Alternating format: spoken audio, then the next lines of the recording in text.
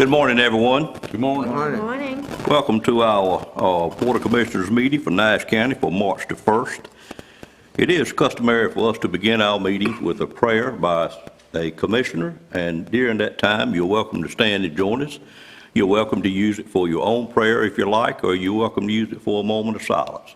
We also take pleasure in doing the Pledge of Allegiance to the flag, and that will be led by Commissioner Wayne Outlaw. And at this time, I'd like to call on Commissioner Marvin Arrington to do the invocation. Thank you. Let us pray. God, today we stand before you to reiterate the words on our U.S. currency. In God we trust. We trust you today, God, that our decision-making today will not create victims, but survivors of our good decision-making, good health, prosperity, and spiritual strength. We pray for your love of humankind and the citizens of Nash County, because in God we trust. Amen. Amen. Amen. Would you join us in the pledge?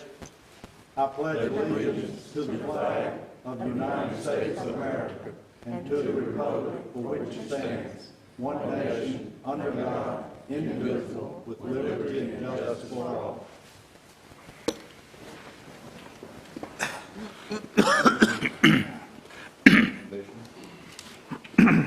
We're now on item 4, which is approval for the minutes for the last month, and we had one meeting in February, which was February the 1st, and I will call for a motion to approve those minutes, make any changes to them or any additions. And I just want to make a note, if you look at these minutes, which I know all of us do, they're 129 pages long. And I just want to say how lucky we are to have the clerk that we have working for Nash County. It's got to be a task to put those minutes together each meeting, but they're always here, they're on time, and extremely rare do we find any corrections or any changes we need to make to those minutes. And I just want to thank Janice, you this morning, for the fabulous job that you do in preparing these. I honestly, when I get interrupted, I have trouble finishing tasks. I don't know how you do it sitting at that front desk, but with that said, I'll be quiet. You ask the manager for more money in the morning if I keep talking, but I greatly do appreciate it. So with that said, and I'm sure I'm speaking for the whole board, but with that said, I'd entertain a motion to approve the minutes or make any corrections or any additions. Move for approval. Got a motion, is there a second? Second. Second. Any questions on that motion? All in favor of the motion, let it be known by saying aye. Aye. Any opposed by a like sign? Those minutes stand approved. Ladies and gentlemen, we're now on item number 5 on our agenda, which is a public comment item on the agenda that we have each first meeting of the month. And during this time, we, as a board, would be glad to hear from any citizen that has anything they wish to bring to the board that is not otherwise covered on the agenda. If it's on the agenda or a public hearing, we would ask for you to wait to get to that item.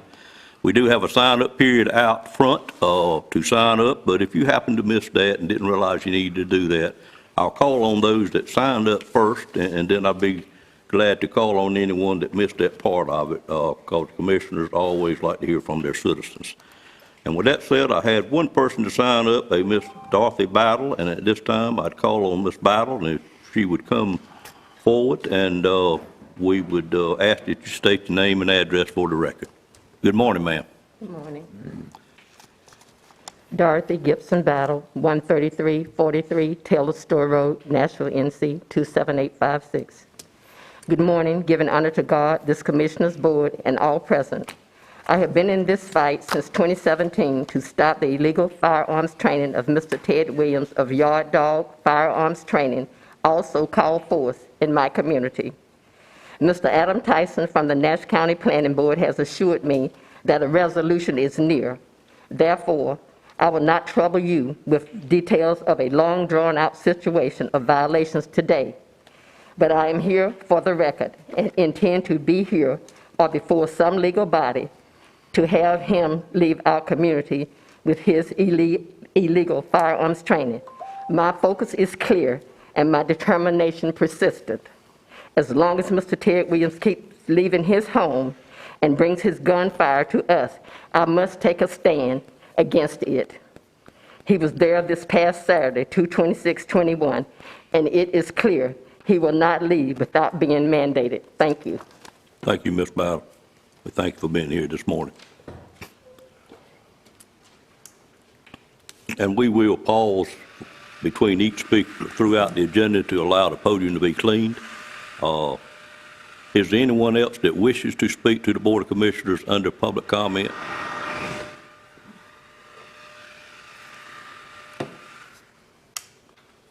Seeing no one, we'll move to item number 6, which is a presentation of the Old North State Award to a retired employee, Allison Winston. And I'm going to call on whoever comes forward. I have one thing on the agenda, but good morning, Eddie. Good morning, how y'all? Doing great. Come on up here. She's a little shy. She's a little shy. Well, she doesn't need to be shy this morning. Yes, sir.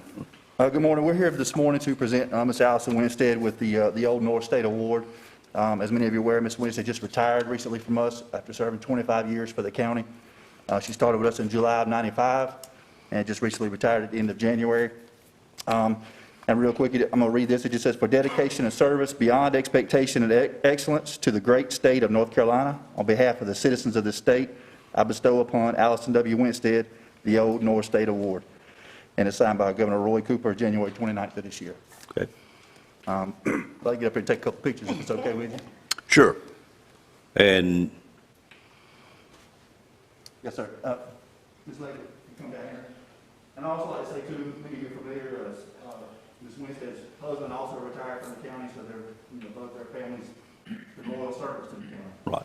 If y'all would slide over that way a little bit out from behind the podium, I think that worked well. And Miss Legg is there because I think she is good friends with the honoree this morning.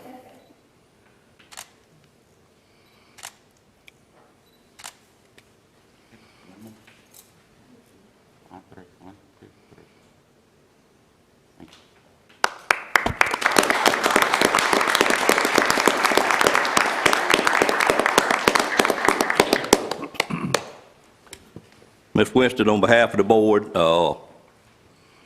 we'd certainly like to show you our appreciation for the 25 years you have given Nash County. I do not know you well, but I know you have been over there a long time because I remember seeing you, and apparently everyone is going to miss you, I'm sure, but thank you for your time served here, and I hope you enjoy your retirement.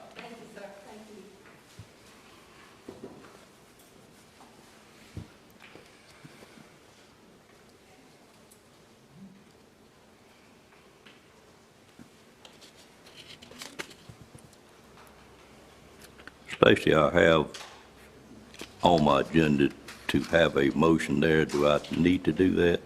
No, sir. Okay, Sorry. okay. Just want to make sure there wasn't something that I wasn't aware of. No, we're good. Thank you. Okay. Moving on to item number 7, which is a quasi-judicial public hearing on a request to amend the conditional use permit CU 141102 to revise the drainage measures for the Spring Hope 2 solar farm. And I'd like to call on Mr. Tice at this time to make this presentation. Good morning. Good morning, sir.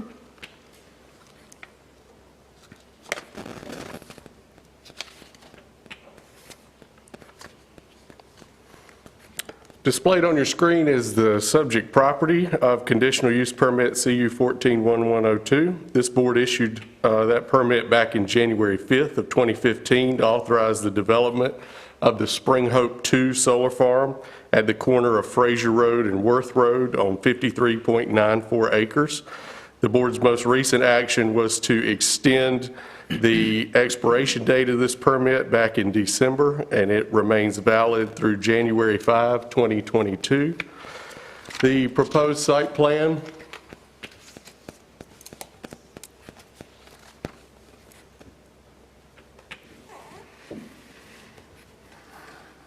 shows 3 areas of fenced solar panel arrays, very similar to the original initial site plan.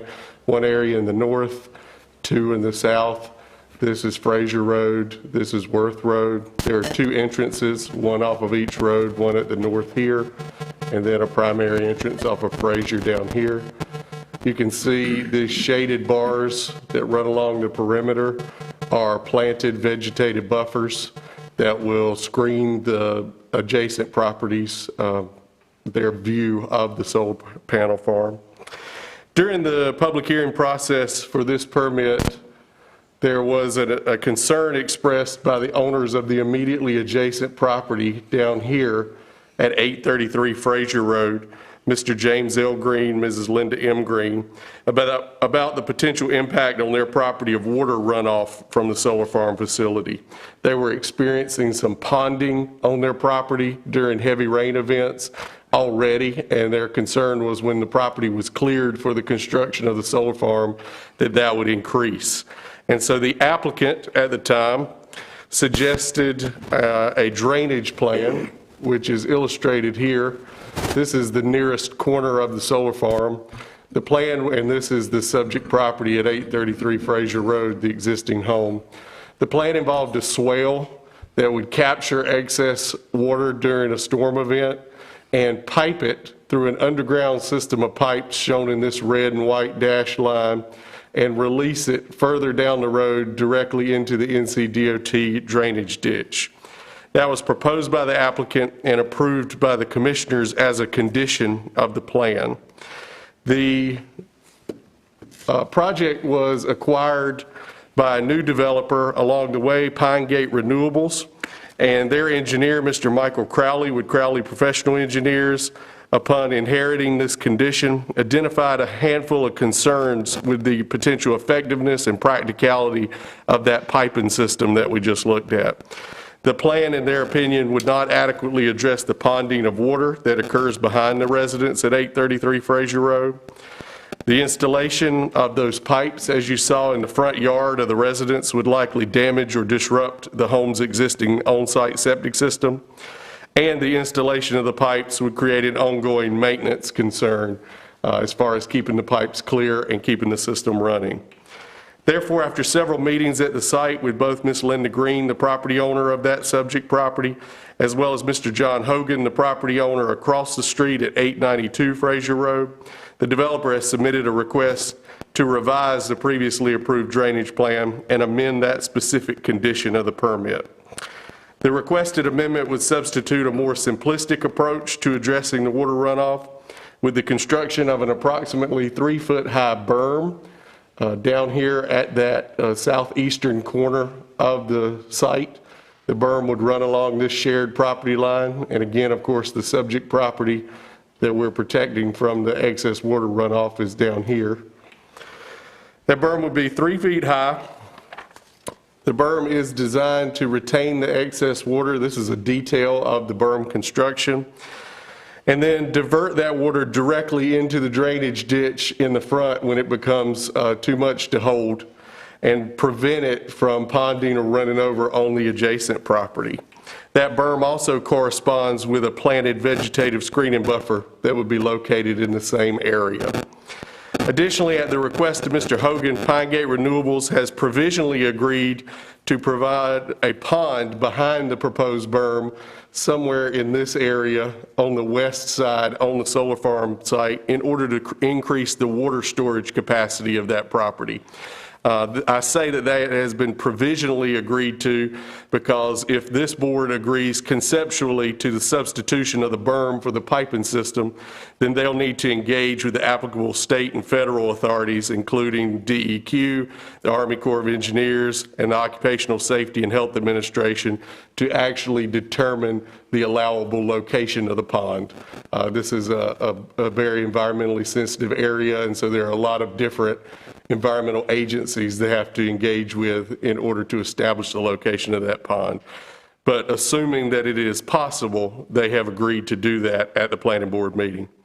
The technical review committee considered this request to amend the conditional use permit back on February 2 and recommended approval. The planning board considered it on February 15. Mr. John Hogan of 892 Fraser Road across the street addressed the board to request the addition of that pond I just discussed behind the berm in order to increase the water retention capacity of the solar farm. And the planning board voted unanimously to recommend a set of conclusions with supporting findings of fact for approval of the amendment. And then ultimately, they voted unanimously to recommend approval of the amendment. This would be a two-motion process. Motion 1 would be to adopt conclusions with supporting findings of fact, and motion 2 would be to actually approve or deny the conditional use permit. On your screen, you see some slightly different language for the proposed amendment to condition number 4 than what is in your staff report. This was revised on Friday based on a recommendation from our county engineer, Mr. Jonathan Boone, simply to make it clear that what we're approving today is a conceptual plan and that the county and the NC Department of Transportation will need to review the final engineered plan prior to construction. I do want to just briefly read that suggested condition. The developer shall construct an approximately 3-foot-high berm on the east side of the solar farm facility as depicted on the revised site plan along the shared property boundary with the immediately adjacent residential property located at 833 Fraser Road in order to retain excess water runoff from the facility site within the existing wetland and to divert it from the residential property and into the existing drainage ditch located within the public right-of-way of Fraser Road. The developer shall also construct a pond on the west side of the berm in order to increase the water storage capacity of the solar farm property if or as permitted by the applicable state and federal regulations, including but not necessarily limited to those of the NC Department of Environmental Quality, the U.S. Army Corps of Engineers, and the Occupational Safety and Health Administration. Prior to construction, the developer shall submit a storm drainage plan for the project addressing both the on-site and off-site drainage to be reviewed and approved by Nash County and the NC Department of Transportation District Office.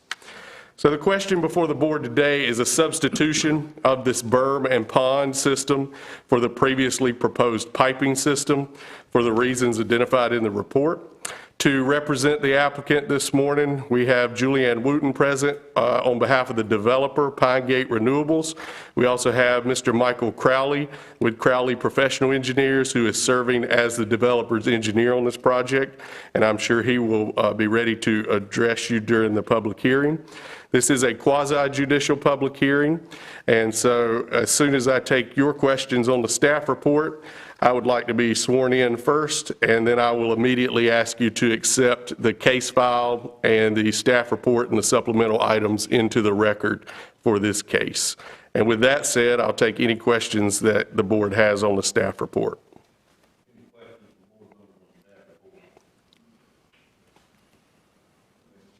Mr. Belfield? Storage capacity, is that going to be large enough to handle any runoff and drainage without overflowing? I think that, well, when it does overflow, the plan is to divert it into the NC DOT ditch at Fraser Road. I don't think anybody can say for certain that it will never overflow simply because we can't predict the amount of rainfall that might fall in an uncharacteristically heavy event. But the idea is that it will retain more water than it does now, or the same amount of water at least as it does now, to not worsen any existing problems. And I think that the project engineer, Mr. Crowley, could probably address that with a little more detail than I can during the public hearing. Well, I asked that question because of our seemingly changes in weather patterns. And we're getting a lot more runoff now than we've had in quite some time. Correct. And so I just think we ought to prepare for it. Other comments or questions? Seeing none, Madam Clerk, would you swear Adam in at this time?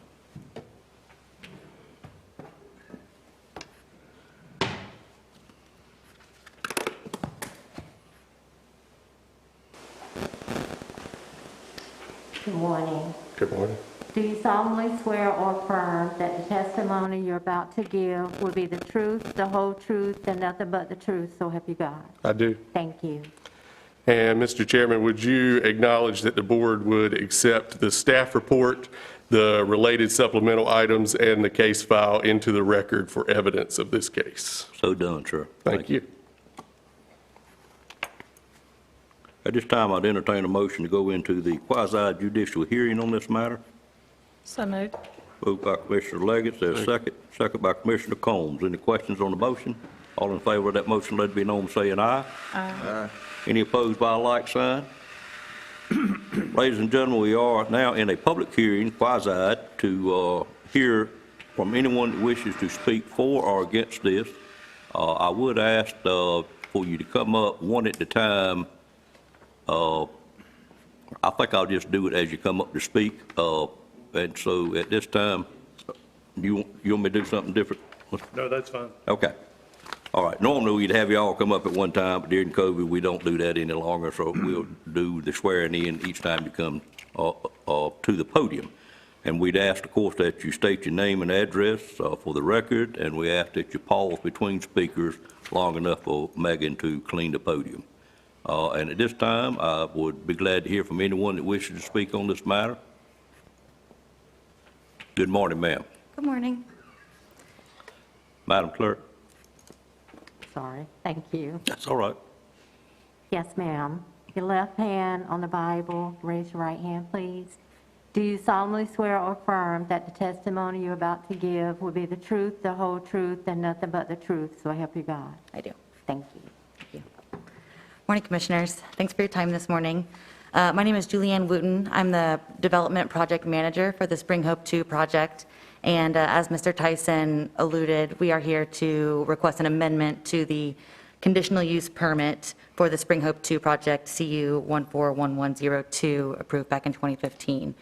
The specific request here is to address the drainage condition, which was condition number 4 of the original plan, which was originally implemented or put as a condition based on the concerns of the adjacent property from Mr. and Mrs. Green at that time. Since that time has passed, there has been a consideration of the Hogans, who were also referenced in Mr. Tyson's presentation, potentially purchasing that property. And so for the last several months, we've had various interactions and site meetings with Mrs. Green, Mr. and Mrs. Hogan, as well as our construction project managers and Mr. Crowley, to figure out the best way to address the drainage concerns on the 833 Fraser Road property. And so that is our request today, is to hopefully get approval for this amendment to keep all stakeholders and impacted parties happy and on the same page with how this issue will be handled for the long term. And I'll let Mr. Crowley kind of dig into the engineering specifics and those details, but if there's any questions for me at this point, I'm happy to answer those. Any questions? Not engineering-wise for Ms. Wooten at this time? Thank you, Ms. Wooten. Thank you.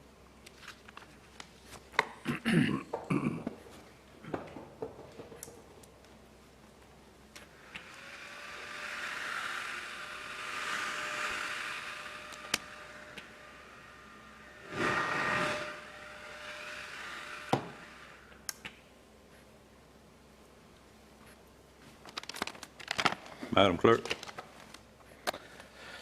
Yes, sir. If you would place your left hand on the Bible, raise your right hand. Thank you. Do you solemnly swear or affirm that the testimony you're about to give will be the truth, the whole truth, and nothing but the truth, so help you God? I do. Thank you. Good morning. Good morning, sir.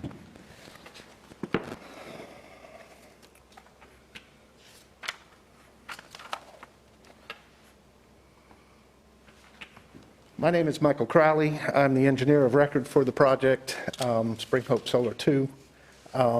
And I am going to try to lead you through the engineering aspects of this request. In doing so, I'm going to refer to several attachments that I have on this, and I have a copy of those attachments that I would like to enter into the record with the permission of the board to support my testimony. Okay.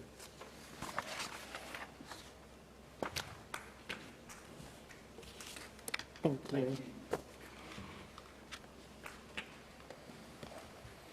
All of my exhibits have been sealed by me with my engineering seal. I'm a professional engineer registered in the state of North Carolina, number 20629.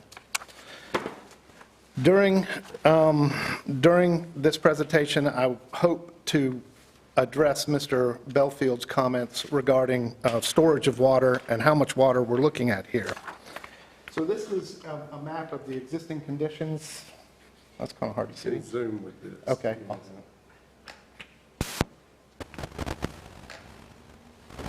So the area that we're talking about here, this heavy dashed line is the drainage area that drains to a point roughly here, which is adjacent to the greenhouse, which is in this area here. I've taken this same map and drawn some notations on it to help you understand a little bit better topographically what's happening out here. The high point is along this dark line here, and we have a drainage area of approximately 6.9 acres draining to a point here. Elevation 307 is this line that I've shown the elevation of. Elevation 308, contour 308, is separated into two spots, meaning that in this area there's a gap. And where this arrow here is lower than 308, and it's probably between elevation 307 and 308. So water that falls, rainwater that falls on this drainage area escapes through the wetland about the location of where this arrow is. That is the existing condition. On Friday of last week, I was on the site, and this is the type of pooling that water, when it leaves that wetland area, what it looks like on the green property. A considerable amount of water is trying to get through that wetland, through that gap in the contours, to make its way downhill toward the low spot on Fraser Road, where it discharges across Fraser Road to the south and east onto the Hogan property. This is the existing condition. It's been this way for a while. The Hogans on Friday morning mentioned to me that this is probably the worst they've seen it in some time, and we've had a lot of rain in the past several weeks. The proposal that was brought before you during it was last year or the year before, during the approval of the conditional use permit, included this drainage, this piping system, which would collect water, as Mr. Tyson explained, through a ditch in the wetlands. That ditch would need to be approved by the Army Corps of Engineers to destroy the wetlands to install that ditch.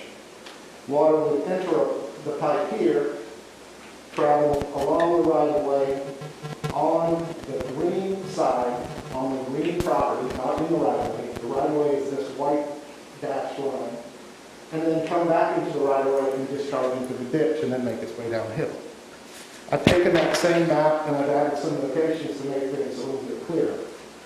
One thing that I immediately noticed when I first met with Ms. Catherine Hogan on the site was that this drainage scenario doesn't address this. It doesn't do anything to prevent water from moving through that gap in the topography. What it does do is it allows virtually all of the water from that drainage area to enter a pipe here, go down the front of the green property, on their property, and then discharge approximately 20 CFS into the existing ditch. The Hogans are very concerned with water entering their property on the other side of Fraser Road. So this scenario would take virtually all of that drainage area and do nothing to slow it down and discharge it back into the ditch and then across the road onto the Hogan property south and east of this site. Now there's an argument to be said to be had, that water's ending up there anyway. But clearly putting it in a pipe and putting it into the ditch farther down the road is probably going to deliver that water to them quite a bit faster. The other item that was very obvious to me when on the site is installing this pipe along the frontage of their property would certainly damage their septic system. It's hard to see on this map, but there are, if you look close enough at the aerial photo, you can see the drainage lines from their septic system. Any septic system is going to have both a system and a repair area. I don't know where their repair area is, but I can guarantee you their repair area is not in the back of their house where this water is pooling when it rains. So installing this pipe, which could be done, I think is going to be detrimental to their system and repair area. So we engaged in a conversation on the site about alternatives, and that's when we came up with this berm alternative. You've seen the grading plan, the overall grading plan for the site, which has the berm in this area.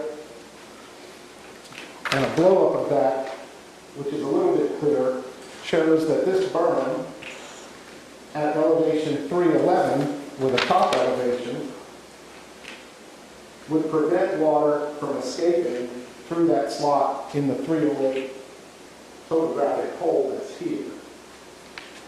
When water pools in this area, if it gets deep enough, as Mr. Belfield asked the question earlier, it's going to go somewhere. Right now, if we build a berm with a top elevation of 311, the existing 308 contour gets close to the DOT right-of-way right here at the very southeast corner of the solar site. Water would have to get over elevation 311 to escape here, but if it pooled over a foot in this hole, it would start to escape here. That's a foot of water. That is a lot of water. My professional opinion is that you're not going to see water unless we have a hurricane come through here, pool to an elevation where it's going to escape elevation 308 onto the ditch. If for some reason water were not able to get out here, there's another similar hole in the topography up here on the north side of the site at elevation 310. If water were to get above elevation 310, it would escape here, still before it escaped onto the green property. So based on those relatively simple concepts of elevation, we feel that the berm would probably be a whole lot better to prevent the historical ponding of water behind the greenhouse than the piping system. There are some other issues with the piping system that I'm a little bit concerned with, and I don't know that when it was originally designed, these concerns were adequately addressed or conveyed to the homeowner.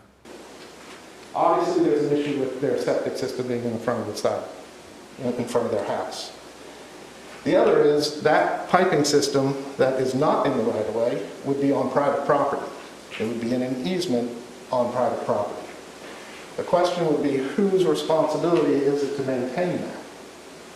If we install that, which currently we have permission based on the conditional use permit to install that, if that were to be installed, the easement would be a private easement, and likely the maintenance of that pipe would fall onto the homeowner's shoulders. The DOT wouldn't maintain it because it's off the right-of-way. So I'm not sure that that solution is a fair burden to place on the property owner. That's probably the best way I can state that. So having a berm, even though we're pooling up water, giving it a place to go if it gets more than a foot deep, we feel that's probably a safer, less complicated, and less burdensome opportunity for alleviating this problem. You've seen this exhibit, which is another blow-up of the proposed berm, and the reason why I show you that and enter this into the record is it lists the elevations that I've been talking about, top elevation 311, top elevation 311, so that you can see that our proposed design for this berm is elevation 311, which is 3 feet above the existing hole in the topography right here that water is moving from the wetland area to the back of the greenhouse. So, next steps. Should this concept be approved by you, we still have things that we need to do. Nash County Planning needs to look at this and review it. As Mr. Tyson said, this berm is in the same location as our landscape buffer. So we would be planting landscaping on top of the berm. There are trees and shrubs proposed for that. So that would be a change to the plans that they've already seen of mine to incorporate this berm and the landscaping around it. We have a stormwater permit that is pending recordation. We've pretty much asked that that be stopped until we get through this process. Tommy Jones is the guy who has, for the county, who has reviewed that, and he and I need to have some discussions on incorporating this berm into that stormwater management plan. The berm really should not materially affect or change the calculations in that, but since it is a change to the plan, that's one of the steps we need to go to. We need to have our erosion control permit amended. This area where the berm is inside our disturbed area, but since we're doing a little more work there, instead of just planting trees, we're building a berm. I need to have make sure that they're aware of it and amend our permit. And since I'm potentially giving the DOT a little more water, I need to make sure that they have a courtesy review of this as well. The plans that you've seen so far do not include any work in the DOT right-of-way. If we're not doing any piping and not discharging that pipe and that section of pipe in the DOT right-of-way, we don't necessarily need an encroachment agreement with the DOT, but a courtesy review by the DOT of what I'm talking about here with you today, I think is appropriate. So that concludes this set of exhibits. One item that Mr. Tyson brought up that I will address, and I will address that in another set of exhibits that I would like to enter into the record with your permission. Yes, sir.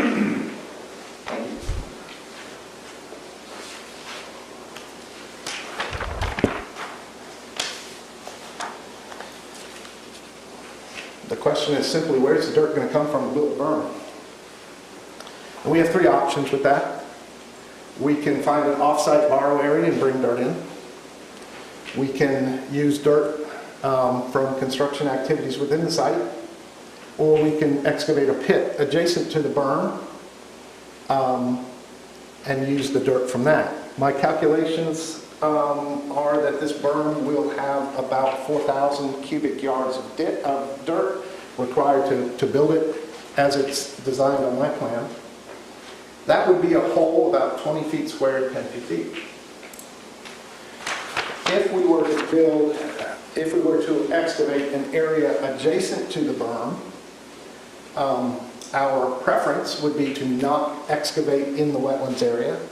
I'm fairly certain that the DEQ would say no to that, since there are other options available. But we have some areas outside of the wetlands area. The wetland area is this area with the little dots in it. We have some other areas outside of the wetland area where we could dig a hole to use to supply dirt for the berm. We have had some conversations with Mr. Hogan about that, and he has expressed interest in us leaving a hole for him to put fish in so that he can have some mosquito abatement, whatever it is. I am personally not in the business of designing fish ponds. Pine Gate Renewables is, quite frankly, not in the business of building fish ponds, but if an excavation were left open and safe, adjacent to the berm, on the Pine Gate side of the property line, Pine Gate Renewables is perfectly willing to allow Mr. Hogan access and use of that area for whatever he wants to do with it, including putting fish in it. That needs to be addressed and approved by the DEQ. Not only will I be digging a hole, I need to show them where it is, how deep it is, side slopes, and the like, so that it is part of our approved plan. So when Mr. Tyson is discussing ponds, fish ponds, what we're talking about is an excavation from which we would get the dirt to build this berm if we choose to use that option for the supply of dirt. So that's pretty much it. If you have any questions for me, which I'm sure you do, I'll do my best to answer them. Questions from board members of the engineer? One comment, Mr. Chairman. Yes, sir. I would just recommend that review with the DOT be sooner than later. Absolutely. Thank you. On the plan that you've got up there now, it appears to be a structure or a pond there next to the right-of-way. What is that? This particular plan is also my erosion control plan. So there is Okay. a temporary diversion ditch Right. here, Sure. and a temporary sediment basin here. Didn't Both realize of that which was... would be removed at the end of the Sure. project. I didn't realize that was your erosion control plan. Yes, sir. Might be a way you could fashion that to become permanent and serve as your dirt, but that's up to you. That is, we actually have considered that. And it's really about the right size. Sure.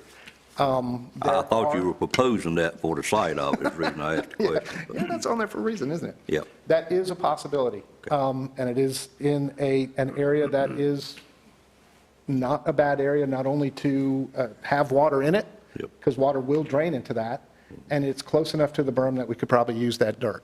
Sure, okay. All right, thank you, sir. Thank you. Anyone else wish to speak in this quasi judicial hearing at this time? Mr. Chairman, just let me clarify that comment. Sure. I've made that comment because I often, as a member of the RPO, get comments from citizens about water, pooling water. I just went out into Mr. Commissioner Arrington's district on a similar matter, so I know if there's a problem in the right-of-way with water pooling, that I may get a call. So I just want them to be involved up front so they have input into this matter. I certainly understand.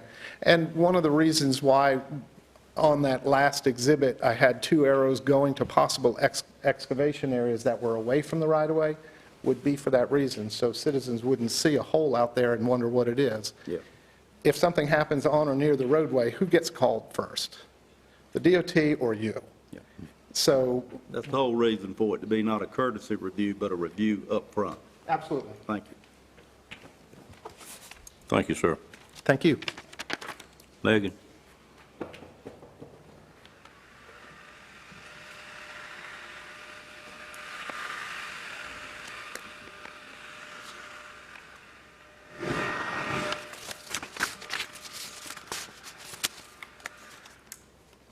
Okay, ma'am, let's come forward. Clerk will swear you in first. Thank you. Do you solemnly swear or affirm that the testimony you're about to give will be the truth, the whole truth, and nothing but the truth, so help you God? I do. Thank you. My name is Catherine Hogan. I live at 892 Fraser Road, Spring Hope, North Carolina, 27882. We are me and my husband, sorry, are the neighbors across the street from the Greens residence at 833 Fraser Road. We purchased our property right about 2.5 years ago. We obviously were not, involved at the 2015 meetings and everything for the original solar panel projects. We are not opposed to the solar panels. You know, there's already an existing one on the other side of the Greens residence. They're quiet neighbors. Very quiet. We purchased this property, we actually have almost 11 acres. It's been a dream of ours for years, and we finally tripped across it, literally. Our hope is, and what we are currently working on, is to have 9 acres of our property. We're reclaiming old pastures to have goats and chickens and, you know, the farm dream. What we did not realize when we bought this property was the impact that the solar panels may have on our property. Again, we're not against the solar panels. We're not against Ms. Green having this problem fixed. We're not against the berm idea, actually. We've been involved. We're very close friends with Ms. Green. So we've been involved. She expressed, you know, a year ago what was going on. Got our brains going, and we decided to just kind of look into things, see how it was going to impact us. Our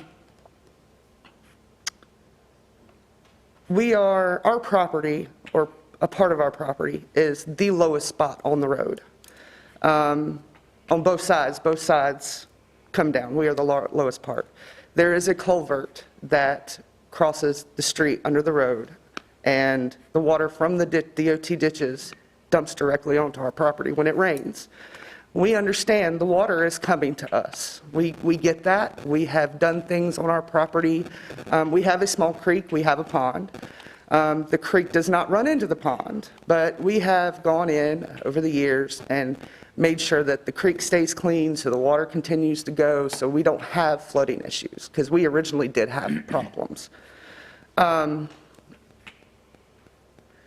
Our concern is the water that comes from when they stop the water from coming onto Miss Green's property, because the water, I walk across the street every day and feed Miss Green's horse, so I see it every day. These last several months, I walk through it every day. The water slowly recedes from her property. So again, I know it's coming towards us because it's downhill, but it's a slow process. It's the natural process of how the water goes. We are concerned that for whatever reason, this water gets directly directed into the DOT ditch, that it's going to racetrack right to our property and overwhelm our ditch system to help keep our property dry once we get it to pasture quality and our animals are out there. We have been in discussions with Pine Gate and Mr. Crowley. We've tried to, and when I say try, we've tried to understand what all's going on. We are not experts or anything like that, so we try to understand what's going on. We think the berm is a great idea. Our concern was, what happens when that hurricane comes through and the water comes over the berm or comes over into the ditch. How is that going to impact us? So I'm not really sure what else to say, and I apologize for that. I've never been through anything like this. I don't do well speaking in public. If you guys have any questions for me to understand better where we're coming from, I will be more than happy to answer anything that you have. Any questions from board members? I'll just say the key thing that you're concerned about will, by other laws, be taken care of, because when you develop a property, you're required to maintain the flow rate at the same rate it was prior to development. So yes, sir, we have heard that. by Yes. design, you will not be getting any water any quicker. And by design, I mean, you won't be getting any quicker, but nobody knows what kind of rainfall we'll have at any given point. Yes, sir. Moving forward, so you may see an event that's worse than any event since you've been there. So that's something that we can't control in this room, of course. Right, and again, But you have a valid concern as a Right. layperson, and the board fully understands that. again, the concern is the rate of Sure. how fast the water gets to us compared to now. Because our land can withstand it Can't now. take it any faster. Yes, sir. Should not happen. Okay. Any other thing you'd like to say? I'm not sure. I just, yeah, I'm not sure. Okay. All right, well, thank you for being here this morning. Thank you so much. Have a great day. Is there anyone else that wishes to speak? Yes, ma'am.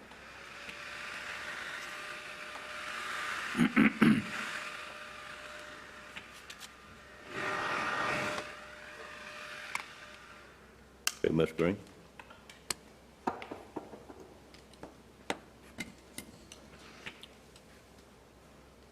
Good morning. Do you solemnly swear or affirm that the testimony you're about to give will be the truth, the whole truth, and nothing but the truth, so help you God? I do. Thank you. I am Linda Green. I am the sole property owner now due to my husband's death, and that leaves me with quite a bit of confusion and not understanding things as well, because he was a construction person all his life, and he understood these things. I do not completely. And I would like to know if they can tell me now, when the berm is completed and everything is approved and done, if there is any water that wants to, I don't even know how to put that, but if I have got a kind of a puddling effect just on our property, which has been taking place for years, are they going to try to grade that in such a way that it won't come off as a sudden rush again to my property? I don't understand that, and I'd be plenty willing to speak with either of these gentlemen about it if they can help me to understand that or can assure me that it won't happen. Ms. Green, if you would address your comments to the board, I will try to get you an answer. Okay. But is that your concern? Yes. I'm going to try to repeat what you said, so I'll make sure I understood the question. But I think you're concerned, knowing that the berm is going to keep additional water or take some of the water off of you. Your concern is your property that holds water now going to still hold water? Is that your question? Mm-hmm. Did I properly state that? Close enough. Okay, close enough, okay. Close enough. I'm not going to, I know the answer to that question, but I'm going to call on your proposed developer engineer to answer that question for you when you get through. Okay. Okay, anything else you have? No, I appreciate everybody's concern and everybody trying to help us all that they can. And I think that the Hogans in our neighborhood have been a wonderful addition. And I hope that my property and what has to be done for my property, I don't want that to affect their property. Sure. Because they are great neighbors, they're a great addition to the county. If she feeds your horse every day and walks through the water to do it, I'd say she's a great neighbor. Yes, she is. Yes, the entire family is an addition to Wonderful. Nash County that is good for the county. And they have certainly been good for me, and in my hours of need, they have been there. And so I would like to know just Okay. what All they right. think is going to happen, or if something does start happening, I'm not sure how I need to approach it. I will, in a moment, have him address your question. Anything else you have a concern with? Not today. Okay. Thank you. Thank you. Well, you're welcome to come back to the board under public comment anytime you wish. Thank you. Is there anyone else that hasn't spoke that wishes to speak on this matter?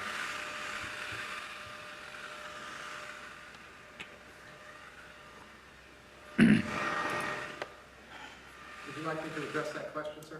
I am, and just let me make sure no one else wishes to speak. I don't see anyone coming forward, so Mr. Crawley, come back and address that question if you would.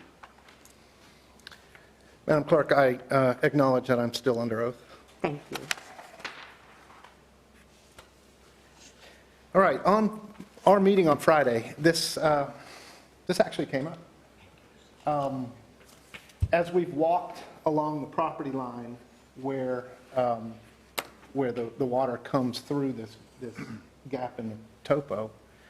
We acknowledge that when we build a berm here, and I'm going to draw on this, and if after I draw and scribble on this, this needs to be entered into the record, then we can do so. But if we build a berm in this area, and there's a low spot here, we don't want to create a hole. So we've had discussions, I have had discussions with Pine Gate and their construction manager about making sure that as this berm is constructed, any low spots against the berm are filled. Now, if this area of flooding looks something like that, and that's probably close. It may bend down this way a little bit farther, but our intention is not to grade the green property. What we're doing is creating a barrier from all of this drainage area seeping out here. What they will have to contend with on their own property is whatever falls from the sky. That we're not going to change, and that we're not going to be able to change. Our intention is not to grade all the way around the house to get a flow path to the DOT ditch, but instead to prevent water from this area from migrating over here. But at the same time, we need to be careful when we build this berm that we don't accidentally create low spots against the berm. Those will be filled. Thank you, sir. Would you like this entered as part of the record? I don't really see it necessary. Yes, sir. Thank you. I have a question.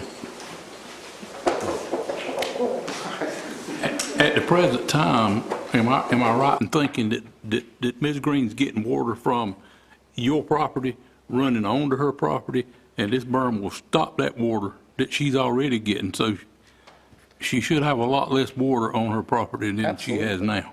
Absolutely. Absolutely. And we've got provision in that wetland area for at least a foot of water before it would topple over toward the south and west into the DOT right-of-way. When you build that 3-foot high berm, how much, are you going to hold 3 foot of water back there before it dumps on her property? No, the existing topography is at 307 in the wetland area now. Okay. It's 308 here. If water gets to 308, it's coming out here. But that's a foot of water in this whole area. You'd have to get above 311 to go on her property. It'd have to get above 311 to go there, and this is 310. Okay, so it's going out another way. It's got two different ways of getting out there. So I understand. I think this is a much better solution than a pipe with all the potential problems that pipe could have. If it's the pleasure of the board that we install the pipe instead of this, then that's what we'll do. But I think in trying to come up with a solution that meets what I believe was the reason why this was ever presented in the first place, I think this is a better solution and less obtrusive to everybody. Thank you, sir. Thank you. Thank you.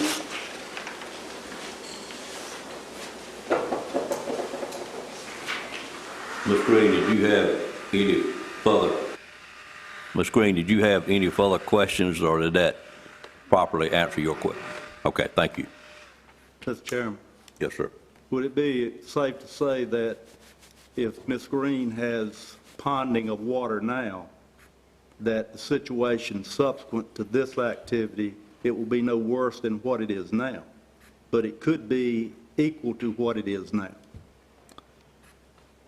If it rains long enough, it could get equal to what it is now because she has an area that holds water. I just want her to understand Sure. that it will be no worse, but it could be what it is now. But it would be a lot less events that it would be as bad as it is now. She's going to be better off, no Okay. question I about just did that. not want her to leave today thinking that her water issues have gone away. I think we all understand that. Okay. Okay, thank you. Ladies.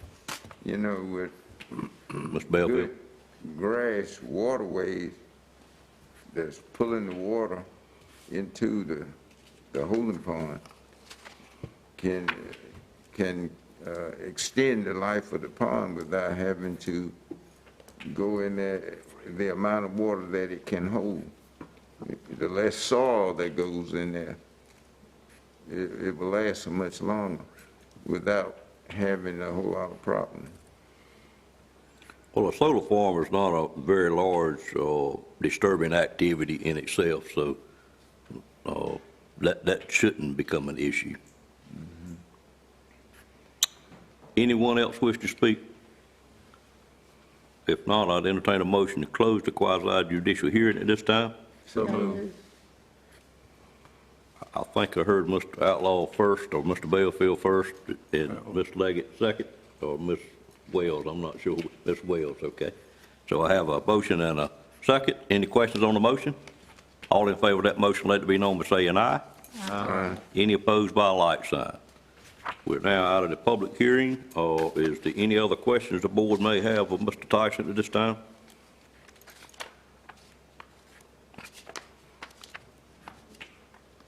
If not, I will call for a motion to adopt conclusions and supporting findings of fact. Mr. Chairman, I'll make a motion with approve option A and the findings of fact. Okay, have a motion by Commissioner Combs, or is there a second to that motion? Second. Second by Commissioner Leggett. Any questions on the motion? Mr. Tyson, is that properly said that suits your legal need? Yes, All sir. in favor of the motion, let it be known by saying aye. Aye. Any opposed by a like sign? That motion carries. I now need a motion to approve the conditional use permit or deny the conditional use permit. Motion to approve the conditional use permit. Have a motion to approve the conditional use permit. Is there a second to that motion? Second. And a second by Ms. Wells. Anything need to be attached to that, Mr. Tyson? If we could just clarify that the amendment we're adopting is the one on the screen, which is slightly differently worded from the one in your packet. I think that was the intent of the motion, sir. Gotcha. Any questions? Seeing none, all in favor, let it be known by saying aye. Aye. Any opposed by a like sign? Motion carries as well. Mr. Tyson, while we're on that, I am glad to see you involved the county engineer in this matter, and we may not have done that the first time because it looked like, looking at what you had the first time, not critical of anything, but it lacked some additional things that it needed, I believe. So I think that should be a practice in the future to have the county engineer review, whoever that may be, review something of this technical nature on a rezoning matter. All right, we'll move on then. That was item number 7, and we'll move to item number 8, which is an additional quasi-judicial public hearing on a request to amend conditional use rezoning CU 160302 to expand the 58 North mini storage facility on Highway 58. Mr. Tyson? The subject property this morning is the 2¼ acres of land that is highlighted in red on both the aerial photo and the zoning map on your screen. That's a portion of this larger 9-acre tract found to the south, owned by Edward and Dixie LLC on the east side of North NC 58. As you can see, it is immediately adjacent to the existing 58 North mini storage facility. This is a 2017 aerial photo, so there are more storage buildings now than shown in the photo. But that location is 4671 North NC 58. It's in the GCCU, General Commercial Conditional Use Zoning District. This location is northwest of the town of Nashville, and it is very close to and east of the Universal Leaf Tobacco Processing Plant, which would be off to the west side of the screen, not shown, but just as a landmark. The Board of Commissioners adopted this conditional use rezoning back on April the 4th, 2016. At that time, the site was only 8.69 acres. They rezoned it to GCCU, specifically for the development of this mini storage facility. The initial facility included a fenced gravel area and 3 storage warehouses. And at the request of the owners in January of 2019, the board approved an amendment to add a 4th storage warehouse and an additional 1.01 acres on the southeast side. And so this request is to add a 5th mini storage warehouse and to expand the fence line, which is shown right where I'm indicating there. It would expand the overall property that's zoned commercial by adding in the yellow addition on the south side. And every time they have expanded the impervious surface, the gravel and the rooftop of the mini storage, they have handled their stormwater by establishing a conservation easement along the western side. The initial easement was here, and it also serves as a vegetated screening buffer between the storage facility and the home to the north. They expanded that here where they added the 4th building and the additional gravel. And then because they're expanding the overall size of the lot, there is a small addition to the conservation easement that will need to be made up here where this yellow is shown on the site plan. The self-storage facility, of course, does not utilize either water or sewer. There is no on-site office. All of that is handled remotely. The land development plan considers this suburban growth area, as you can see here in this yellow corridor that follows the highway. The board has determined on 2 separate occasions, both the initial rezoning and then the prior expansion, that the existing self-storage warehouse facility is a low-intensity, freestanding, highway-oriented business establishment appropriate for this particular location. Also weighing into that decision is its proximity to Universal Leaf, which their campus is shown in purple on the land use plan as identified industrial area, and it is not too far from this rural commercial area that is identified by the plan at the intersection to the south. It would, of course, not be spot zoning because it is an expansion of the already existing GCCU site. This red color here would simply be pulled over to fill in the adjacent property. And so we're moving a boundary, not establishing a brand new zone. So it would not be spot zoning. The Technical Review Committee considered this request on February 2nd, recommended approval. The Planning Board considered the request on February 15th. No members of the public other than the applicant were present to address the board with regard to the request, and the Planning Board subsequently voted unanimously to recommend Consistency Statement A, which supports approval, an actual approval of the rezoning of the 2¼ acres from A1 to GCCU, and finally approval of a request to amend the conditional use permit that is paired with this conditional use rezoning, subject to the supporting findings of facts and amended permit conditions that are listed in your packet. So it is truly an expansion of the site as well as the fenced mini storage area contained within the site based on the success of the business that the operator has experienced thus far since its original establishment. This is a 3-motion process. The board will need to adopt a consistency statement, then approve or deny the zoning map amendment, and then approve or deny the conditional use permit amendment. And again, this will be a quasi-judicial public hearing, so I will ask to be sworn in first, and then I will enter all of this information into the record formally, and then we can proceed with other speakers. And before we do that, I'll be glad to take any questions that the board has on the staff report.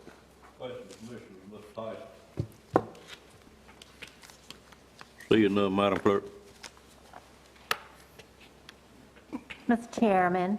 Yes, Can ma'am. we open the public hearing prior to me swearing him in, if you don't mind, please? I'll be glad to do whatever you say, ma'am. Thank you. Okay. Entertain a motion to open the public hearing at this time. So moved. Moved by Commissioner Outlaw. Is there a second? Second. Second by Commissioner Arrington. Any questions on the motion? All in favor of the motion, let it be known by saying aye. Aye. Any opposed by a like sign? Ladies and gentlemen, we are now in a quasi-judicial public hearing, and we will be swearing in anyone that wishes to speak individually as you get your turn to speak. And at this time, I would call on the clerk to swear in Mr. Tyson. Mr. Tyson, do you solemnly swear or affirm that the testimony you're about to give will be the truth, the whole truth, and nothing but the truth, so help you God? I do. Thank you. And I would ask, Mr. Chairman, if you would acknowledge that you accept the staff report, the supplemental materials, and the case file into the record for this case. So done. Thank you, sir. Thank you. Is there anyone here that wishes to speak on this item? Megan? Megan, you can come on up.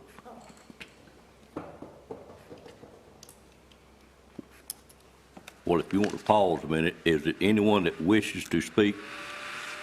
Mr. Tyson, is the applicant here? Yes. Does he wish to speak, or is he good? Okay. Megan, I think I've got you up here, didn't need to. Anyone else wish to speak? Seeing no one, or anyone wish to speak, I should say. Entertain a motion to close the public hearing at this time. Move to close the public hearing. Motion to close the quasi judicial hearing. Is there a second to that motion? Second. Second.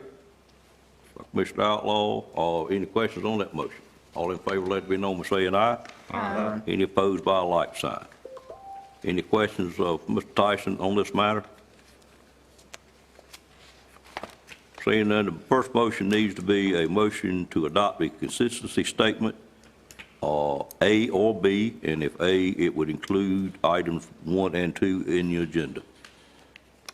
Mr. Chairman, I move that the Nash County Board of Commissioners adopt consensus statement A, Including 1 and 2. including there's- 1 and 2. Thank you, sir. Is there a second to that motion? Second. Second by Commissioner Combs. Any questions on the motion? All in favor, let it be known by saying aye. Aye. Any opposed by a like sign? Motion carries. The next motion would be a motion to approve or deny the zoning map amendment. Call for a Move that- motion. Move that the Nash County Board of Commissioners approve All right. zoning map amendment. Okay, have a motion. Is there a second to that motion? Second. Second by Commissioner Leggett. Any questions on the motion? All in favor, let it be known by saying aye. Any opposed by a like sign? Motion carries as well. And the third motion would be a motion to approve or deny conditional uses, 1 through 5, finding of facts. Commission approve conditional use permit. Is there a second to that motion? Second. Second by Commissioner Outlaw. Any questions on that motion? All in favor, let it be known by saying aye. Aye. Any opposed by a like sign? Motion carries as well. Thank you, sir. You can order your steel. Yes, sir. Glad to have you this morning.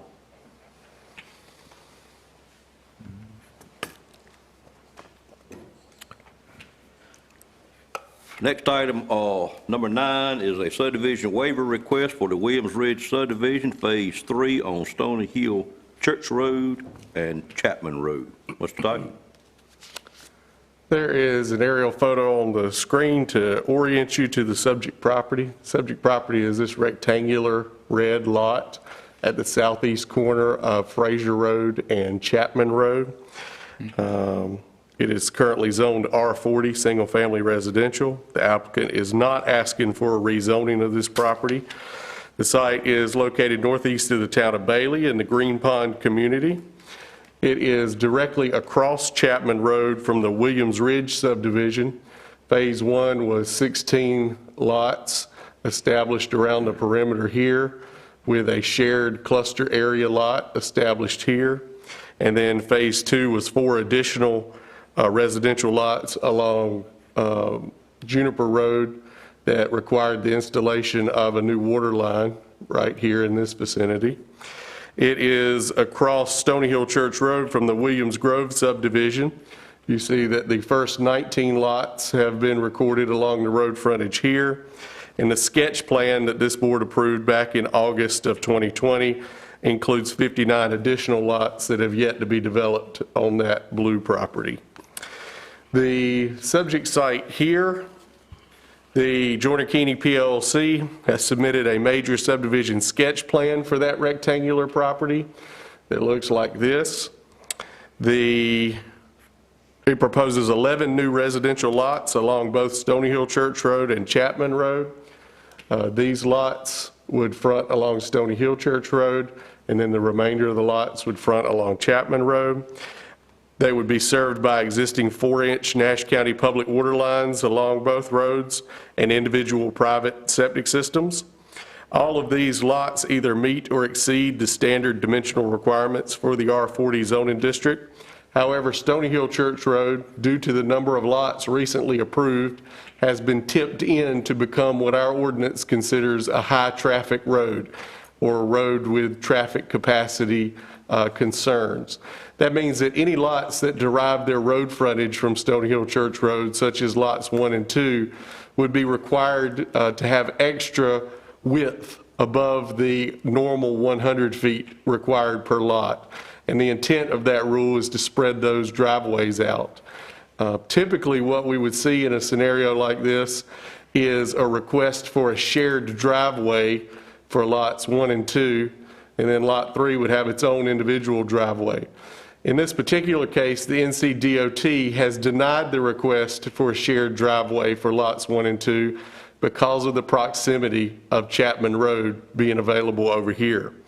And so the applicant has requested a waiver of that additional lot width in order to allow lots 1 and 2 to continue to derive their road frontage from Frazier Road.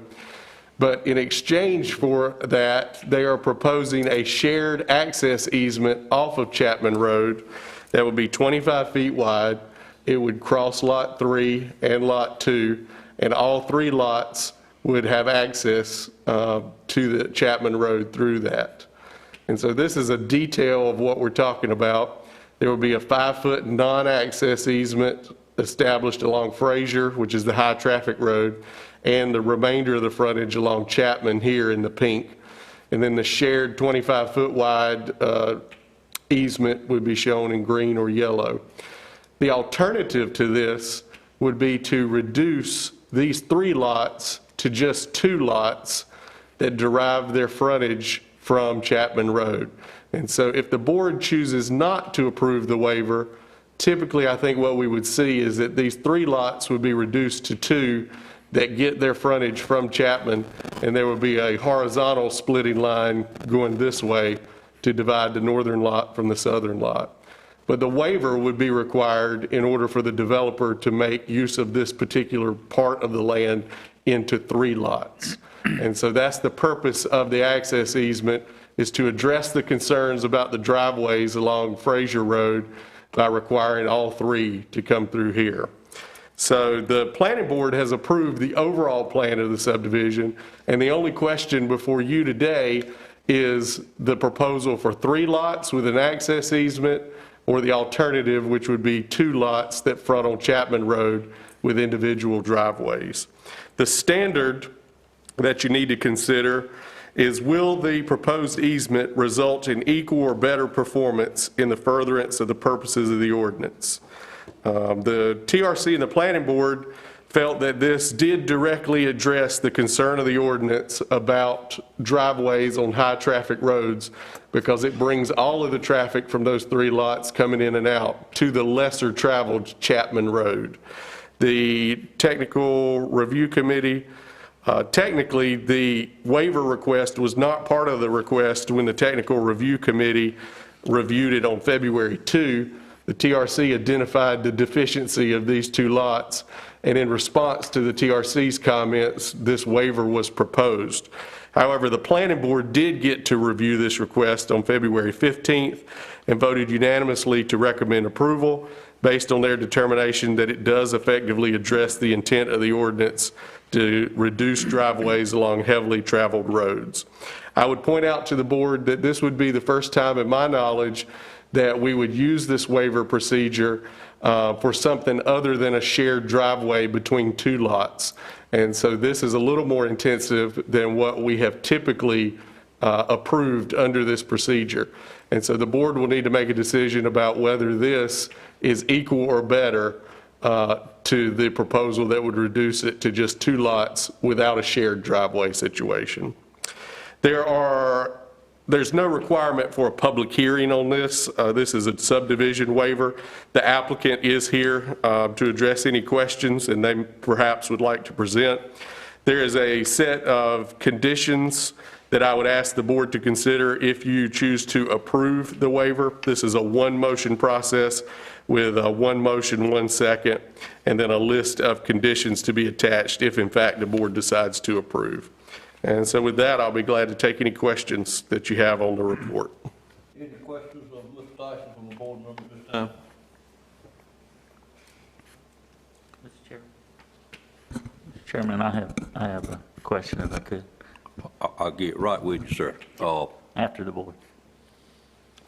Mr. Tyson, would you go over the part again about the TRC not reviewing this, or not having the opportunity to, and if they didn't, explain to me how it got to the planning board without a recommendation, and why the planning board acted on it without a recommendation?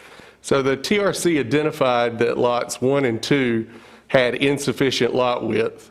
The TRC's recommendation was to propose the 2 lots instead of the 3. In response to the TRC's comments, the applicant suggested this waiver, which was unanticipated by me or the TRC at that time. And because it would adequately address the concern, it was carried forward to the planning board. Now, the planning board or this board could refer it back to the TRC if you like, but in this case, it did go forward. Is that normal or unusual? It would be unusual for a waiver to pop up in the process in between the TRC and the planning board. That was an unusual circumstance this time. Okay. Mr. Lamb? Thank you, Mr. Chairman. The question about the easement, the maintenance of the easement, would there be any kind of agreement between the developer or the property owners? Would property owners lot 2 and 3 be responsible for the cost of maintaining that, or would the owner lot 1 also be involved in the maintenance, and would there be a written agreement on the maintenance of that easement? Condition number 7 requires the submittal of a signed and notarized road maintenance agreement to be recorded concurrently along with the final plat. The report speculates that the responsible party for the maintenance of the easement would likely be the owners of lots 1, 2, and 3, or some combination of those. The condition doesn't specify who particularly should be responsible, but it does require that that signed and notarized road maintenance agreement be prepared and settled and recorded along with the plat. I would just say that my experience with multiple owners and easements can be troublesome, because you may have a free rider doesn't want to put in any money, and the other 1 or 2 have to do it. So I am a little concerned about the idea of a permanent easement where 3 different property owners are ultimately responsible. Thank you. Okay. Any other board member have questions? I had a couple more. Seeing none. Mr. Tyson, would you explain to me why it's 25 foot when, if my understanding is correctly in our ordinance, if a person wishes to build a in-law residence behind their residence, they have to have a 45-foot easement, and my understanding was that was for emergency response, et cetera. So why is this 25 and not 45? When a lot is developed and its only road frontage is derived from an access easement, the provision in the ordinance requires that access easement to be 45 feet wide. In this case, which is unusual, lots 1 and 2 are meeting their road frontage requirement with the frontage along the state road, Stony Hill Church Road. And so this is their primary width that's required. And in that case, the standard for any access easement that gets permitted would be a minimum of 18 feet. In this case, the 25 is wider because that's the standard that's been established by the NCDOT for a shared driveway. So if this was a case where a developer was creating an easement and the lots that are behind the primary lot were served only by the easement, then it would have to be a 45-foot easement, and within that 45-foot, they'd be required to clear a 20-foot travel way for emergency vehicles. The reason this does not trigger the minimum 45 feet is because the lots have frontage on Stony Hill Church Road. They're just not allowed, due to the NCDOT determination, to have driveways along Stony Hill Church Road.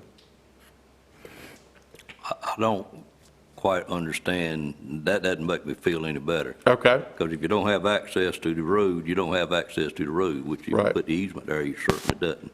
I think that if that was a concern and that was the only concern of the board, then we have the opportunity to address the applicant today about widening the proposed easement. Next question, I see you've got 25-foot easement and you had a 30-foot rear setback, if I can read that correctly. Correct. So, in effect, we could end up with a outside building or secondary building on that lot that is 5 foot from where the vehicles would be going out. Correct. Okay. And my last concern is with the upcoming further restrictions we apparently have from DOT.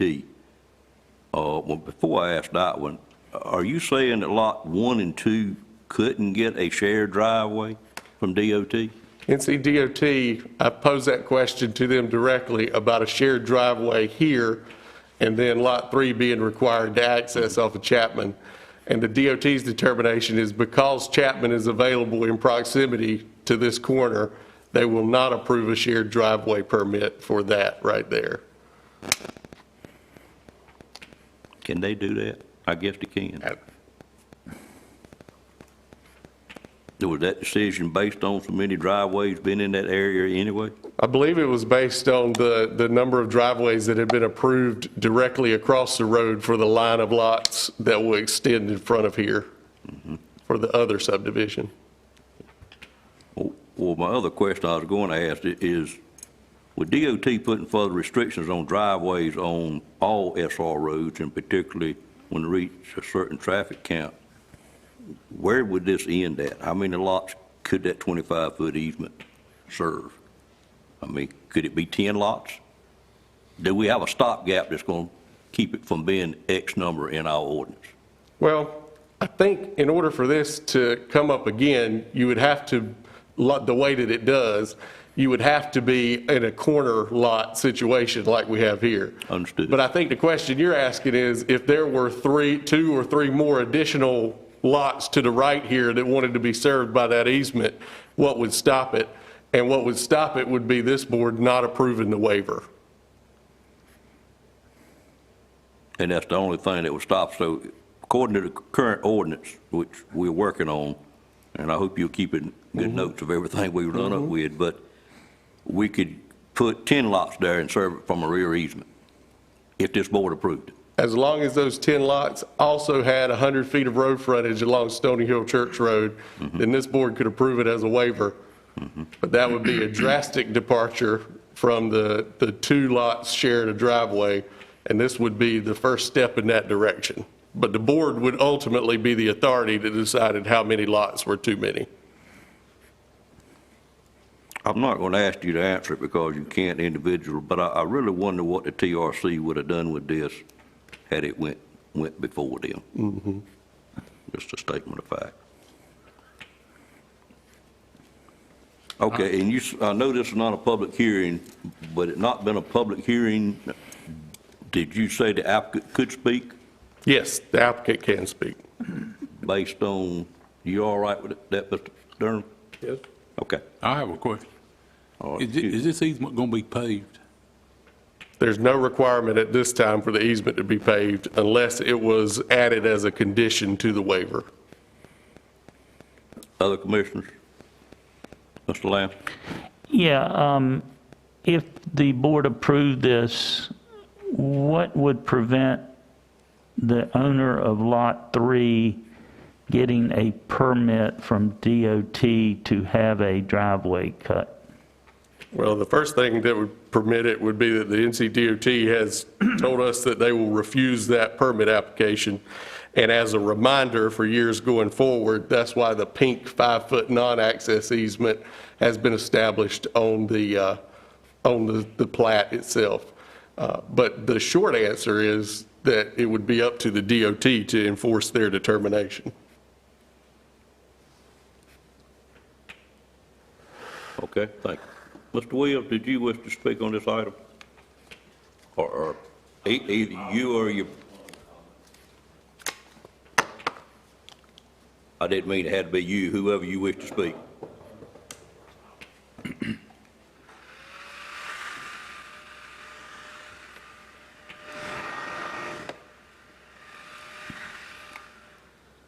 If you'd state your name and address for the record, sir. Cecil Williams, 6765 Jordan Road, Elm City, North Carolina. This easement obviously was not our first choice. We thought we do meet putting a shared driveway on lots 1 and 2 meet the county ordinance requirements, and we would have had a lot 3 access Chapman Road, but DOT turned us down. So I just want to be on the record of the Board of Commissioners that DOT turned us down for a shared driveway with the traffic count at its current level. I'll answer any question anybody has. Any questions of Mr. Williams? I'll ask a question.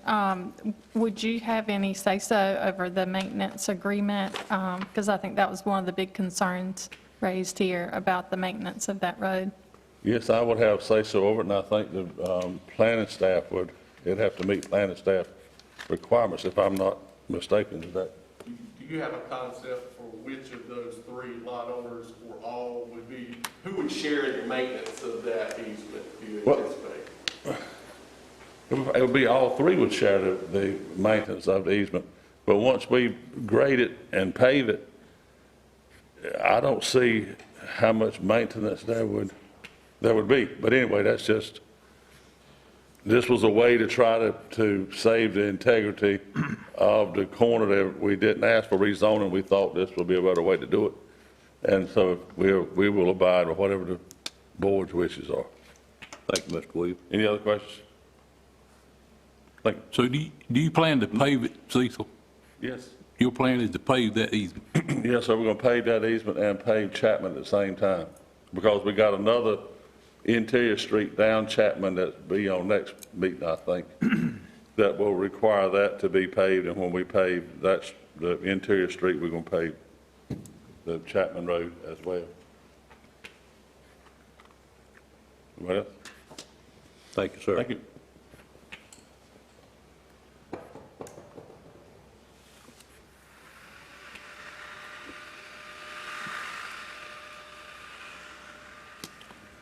Any other discussion from the board?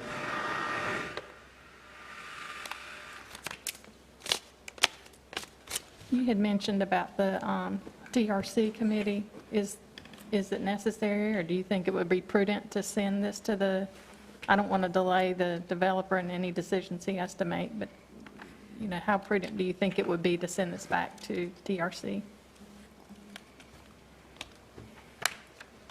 I wouldn't be able to answer that not knowing what the TRC would do, but I don't have a comfort level with it not having been through staff, the way everything else goes through staff. And I'm wondering, I don't recall a time that anything has gone to the planning board that didn't have some kind of recommendation from the TRC. I would feel better if it had a recommendation. I don't know that that would change my mind where I am this morning. But that's, you got an alternate to deny, approve it, or send it back to the TRC. Is that correct? Mr. Correct. Okay. So I think that's the motions that the board can take this morning. So at this time, I would call for a motion to approve, to deny, or to send it back to the TRC. Mr. Chairman, Mr. Belfield. I offer a motion to approve. Have a motion to approve. Is there a second? Second. Have a second. Any questions on the motion? All in favor of that motion, let it be known by saying aye. Aye. All opposed by a like sign? No? Motion carries. All right, item, are we okay to keep moving, ladies? Let's have a break. All right. We're going to take a 10-minute break at this time. We'll come back, and item 10 has been removed from the agenda, or we will remove it from the agenda at the request of the applicant. They asked for more time to work on this fee schedule for solar farms, so we will not address that this morning. We'll come back for item number 11. Thank you. We'll go into recess.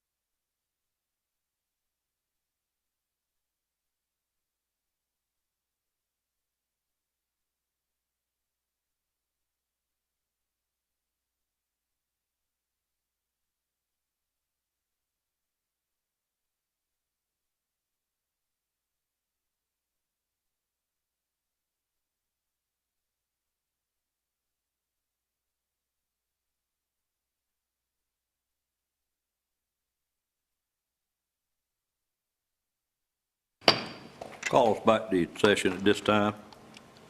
As I stated prior to the break, we have been asked to take item 10 off the agenda today, and I think it's going to be worked on some, and we probably will see it again in April. So we'll move on to item 11, which is a formal bid proposal for a new ambulance, and I'll call on Brian Brantley at this time. Good morning, sir. Good morning. Hope y'all are doing good. As you could see in the agenda item, we have followed the general statutes, working with our finance department and our staff working together, and we received 3 qualified bids. You can see them listed below, the higher bid being $226, $036.77, $208, $067, and then the recommended select custom apparatus, $204,988.50. We had budgeted $180,000 because we have not bid an ambulance in so long. We had been doing the remounts, and the 2022 Type 3 Chevrolet ambulance was $204,988 plus the additional tax and tags cost. However, the additional $31,000 that we were short in our budget, we feel like we can absorb in our budget with some line items that we may not utilize all the funds in those line items. So we're not requesting any additional funds at this time, but we are requesting the approval of the low bid of the qualified bids we got. Entertain any questions.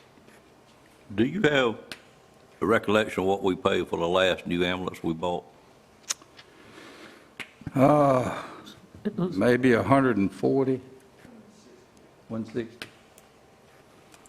And is this very similar to what we bought before? No, sir. This has the all-new safety features that were required by the accreditation of ambulances services that went into effect July 1, 2019.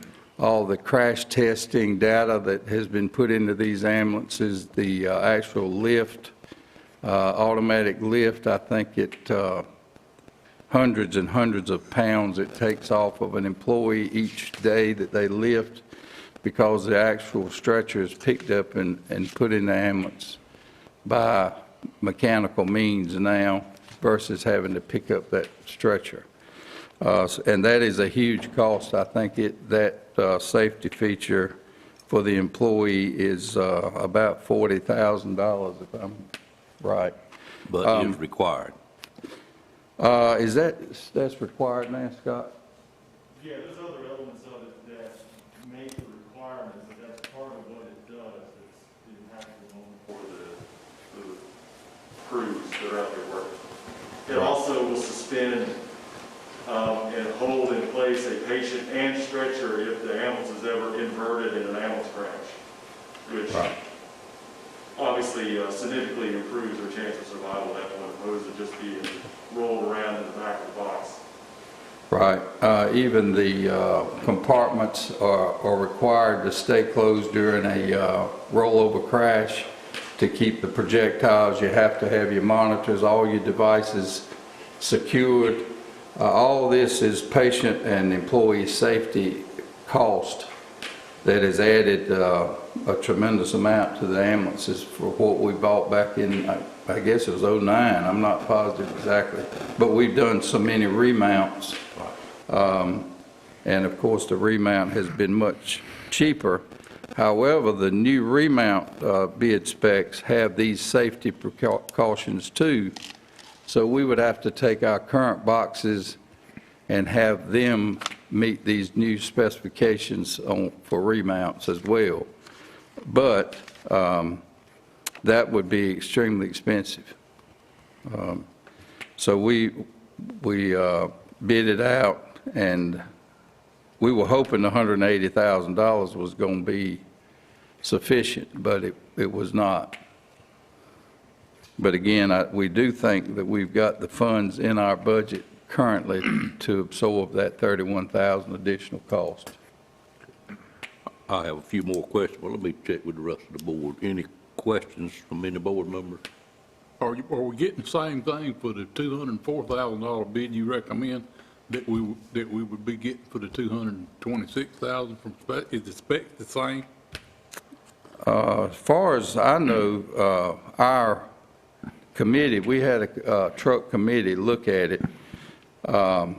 Certainly want to thank Jamie Moss. He is our truck person for our group, Jamie and Scott, and he had a committee working on this. As far as I know, they are very comfortable with this proposal at that $204,000. Commissioner Leggett? Once approved, what kind of delivery time frame are y'all looking at? September, October, based on the information we're getting from all the vendors with the chassis issue that's been going on with us, even with our remounts, trying to get the chassis in. It looks like September or October is what we were thinking, and we don't have any vendor that can promise us any sooner. We certainly wish we could get it quicker, but from what our understanding is they're bringing in limited personnel due to the COVID situation, and the production has slowed down. There are no 21 chassis available, so we were going with the 2022 chassis. We wish we could get it sooner, and we certainly wish it was cheaper, but this was the lowest bid. Other commissioner questions, comments? Brian, the fee for the tax, is that run about the same thing every year, $6,155? Or is it just the first year because of the sales tax on it? That's because we have been remounting, they didn't charge us the tax on the box because we already own the box. We're just putting a new chassis. Yep. So we had to pay tax on the chassis. But based on information from finance, they estimated the tax because now we're paying on a brand-new vehicle that includes the box and the chassis. So it's the entire cost of the truck versus being just the cost of the chassis. So I'm going to guess with the cost of the truck being $200,000, and in the past, the chassis being around $40,000 for a remount, we were paying much less in vehicle tax. But that's a one-time payment, then I'm just surprised we even had to pay for the tags on an ambulance. I think the tags are about $6. About $6? Yes, sir, and the rest is tax. Do we get that tax back then? We do get it back, okay. I'll stop talking then. We don't? We're not the vehicle tax. Oh, vehicle tax, Right, not sales tax. right. Any of it sales tax? User tax. I think we need to put that on our list of things to talk to the association about. I mean, seriously. Is it any possibility of anybody looking, I hear all your damages, you got the ambulances because of COVID, any chance of using any COVID funds to make up the shortfall, or have y'all looked into that? You mean for the additional $31,000? Yes, sir.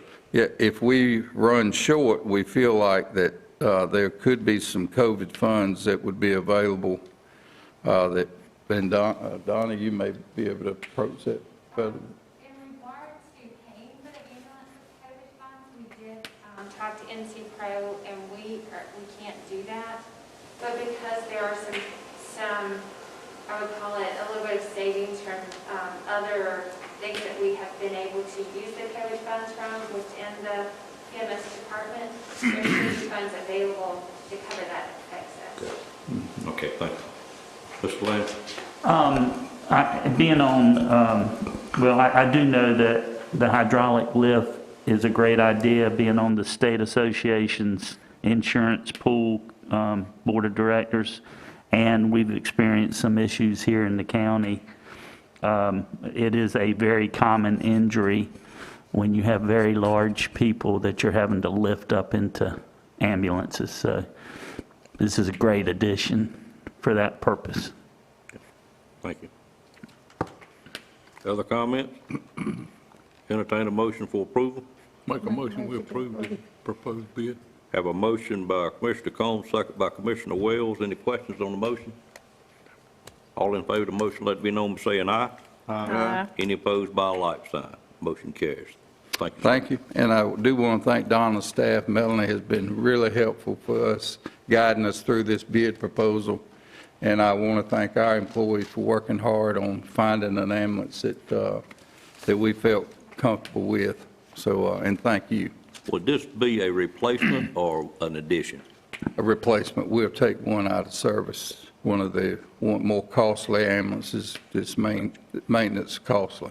Right. Thank y'all. We're now on item number 12 on the agenda. It's the 2020 CDBG/COVID grant. I call on Patsy McGee at this time to make this presentation.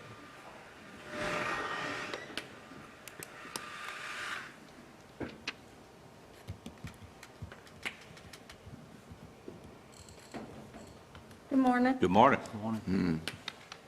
This morning, I come before you to ask you to award a contract for grant administration and authorize negotiation for engineering on the Community Development Block Grant for coronavirus.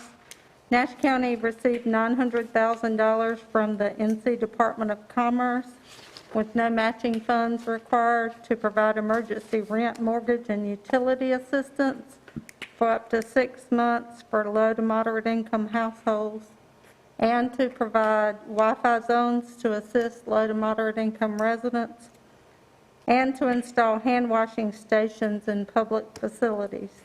And the county will partner with CloudWise on the Wi-Fi and Nash Edgecombe Economic Development on the subsistence payments. Regarding grant administration, we sought proposals to assist the county in management of this project in compliance with applicable federal requirements under the NC CDBG CV program, and the fee will be covered by the grant. To advertise, we posted it on the website in 2 different places, and we posted it on the Interactive Purchasing System for North Carolina, commonly referred to as IPS. We also ran it in the Rocky Mount Telegram. And we sent a direct email to 8 consulting firms.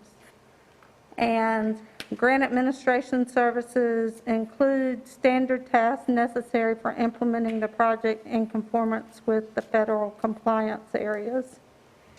Proposals were due February 11th, and we received 4 proposals.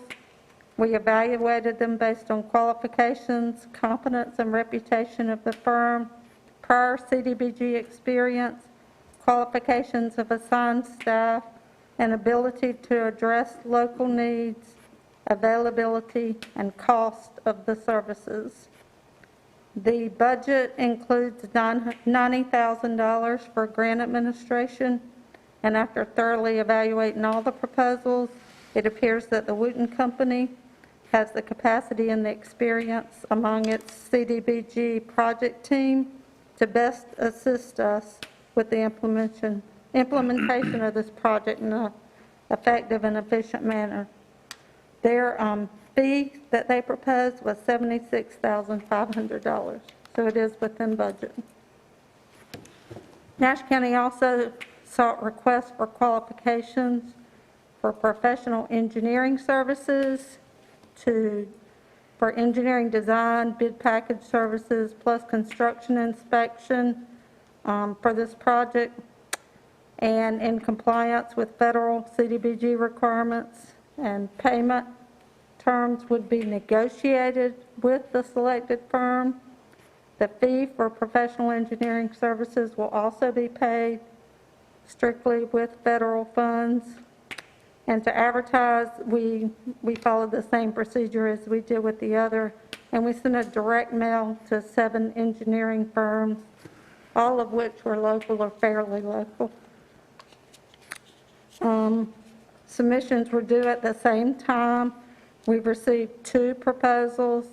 and each statement of qualifications was based on qualifications, competence, and reputation of the firm and personnel, the firm's ability to meet the time and project budget requirements, present and projected workload of the firm, related experience on CDBG projects, and recent and current work for Nash County.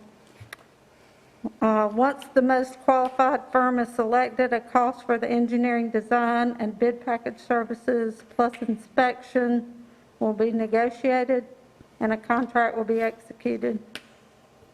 And it'll be contingent upon the release of funds and funding conditions by the Department of Commerce.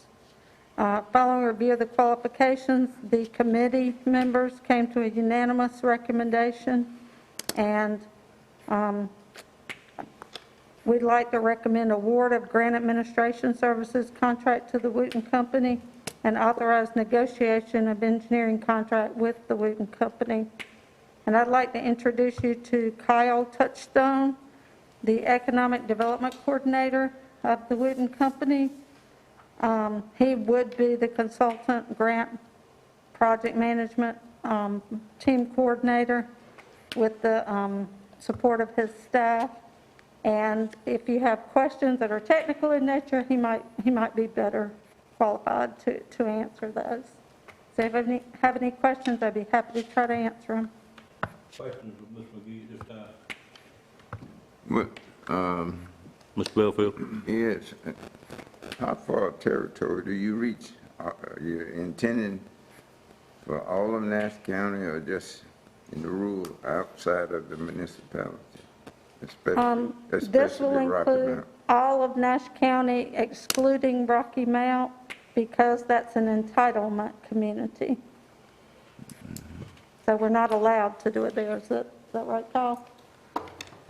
So it would be for low and moderate income individuals in your LMI municipalities or your census tracts within the county. So that would be like Whitaker's, Sharpsburg, Castelia, and some other like random census tracts throughout the county. And that's one of the reasons we wanted somebody like me to administer it that's already processing these funds. They can sort of divert people who are in those areas to these funds for the subsistence payments and use their other funds for people who can't be assisted with these funds. That's for the subsistence payments. But you say none of the funds can go to Rocky Mount, so am I to assume that they've got their own pot of money to take care of December things? Or could have applied for and got, I don't know whether they did or not. I would assume so, yes. They receive funds directly from the federal government, Okay, for the same purpose. whereas this is through the Small Cities Program. I got it, okay. Yeah. Yeah. Well, I see here where you say your partnership with NEED, and I know NEED encompass 3 counties, Nash, Edgecombe, and Wilson, which would include the city of Rocky Mount. So I was just wondering if this is a Do you know grant if that would... Edgecombe or Wilson got a similar? Wilson did, and I'm not sure about Edgecombe, but I know that Wilson County did. But these funds must be spent in Nash County. These funds must be spent in Nash County, correct? all of this is for Nash County? Yes, sir. That's here, $900,000? Yes, sir. Other commissioner questions? Patsy, what is your anticipated amount for the, if you can say legally, for the engineering services? Do you remember what we had in the budget? I forgot to bring my file in here. And the application is 15.5. 15.5. And what was in your budget for that? I'm saying that's what is in the budget. That's in, so you would... We don't have a proposal yet, obviously, from the firm for that. That is what was in the budget.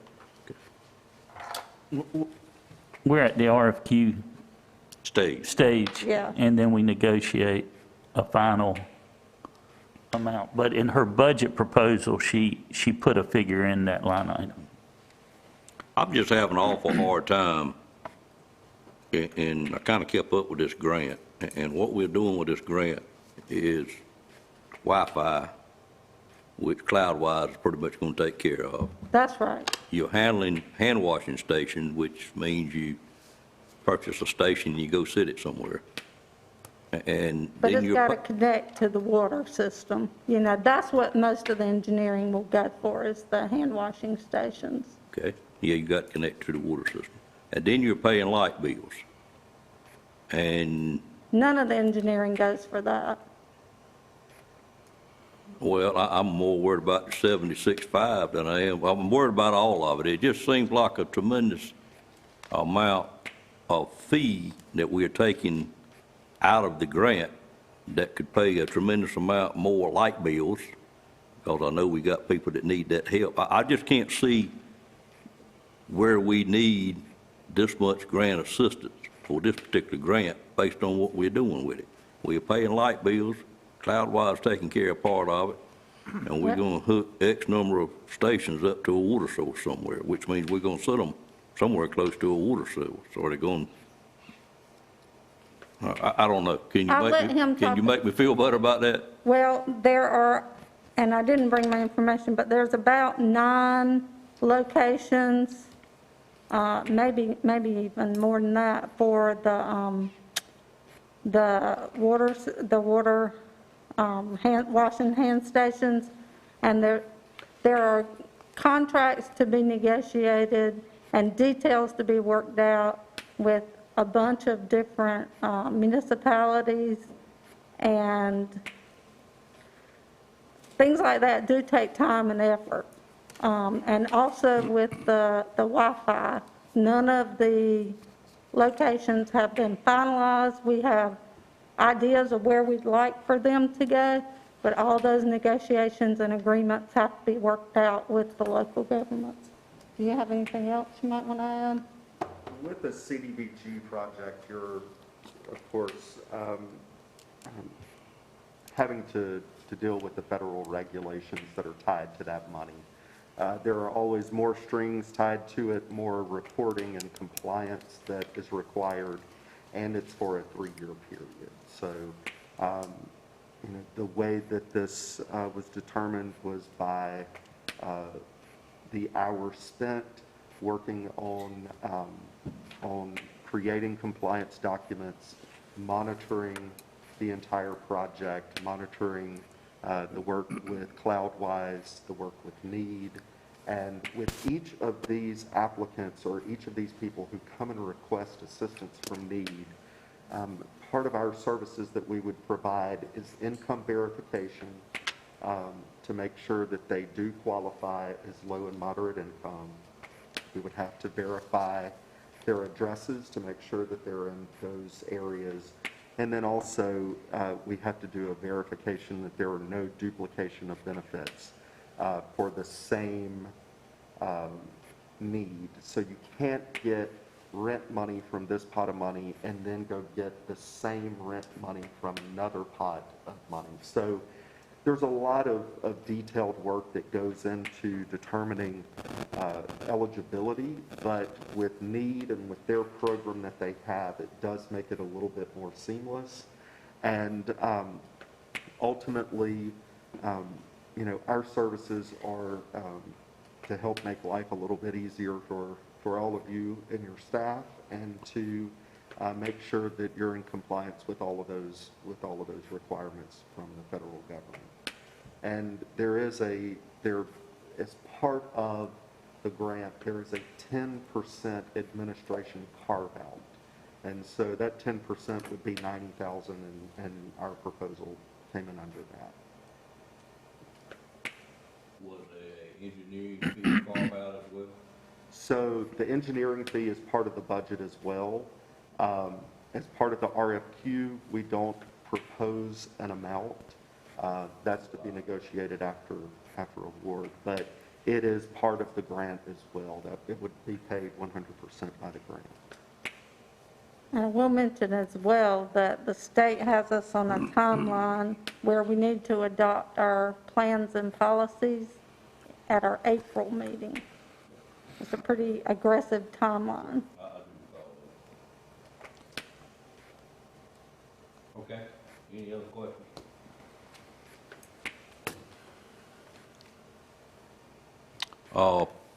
Need to call for a motion to approve or deny the request. Motion to approve. A motion to approve, is there a second to that motion? Second. Second by Commissioner Wells. Any questions on the motion? All in favor of that motion, let it be known by saying aye. Aye. Any opposed by a like sign? It's hard, but I'm not going to oppose it. Thank you. Thank Thank you. All right, we will move on to the audit and the selection of an audit firm. That is included on your agenda on your iPad.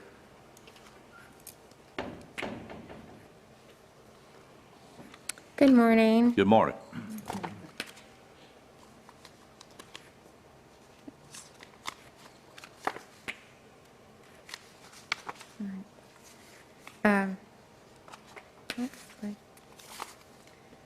Okay, the Local Government Commission requires the governing body to approve the audit contract annually. This audit contract is with Thompson Price Scott Adams and Company, PA. The cost of the audit and preparation of the annual financial statements for fiscal year 2021 is set at $50,000. And this is just a requirement that the board approve the audit contract for the fiscal year. Do you recall what we paid this year? $48,500. It's a 3% increase. Any questions from board members? I think what bothered me about the one before it was we were paying $76,000 to administer $900,000, and we were paying $50,000 to monitor $93 million. So there's just something wrong with that picture somehow. All right, pleasure of the board. But isn't that what we paid last time for audit, 50,000?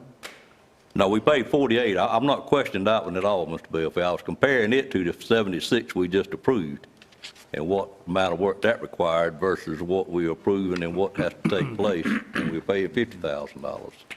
But it's probably a very poor comparison, granted. But entertain a motion for approval of this audit contract. Have a motion, is there a second? Second. Got a motion by Commissioner Outlaw, second by Commissioner Leggett and Mr. Belfield. Any questions on the motion? All in favor, let it be known by saying aye. Aye. Any opposed by a like sign? Motion carries.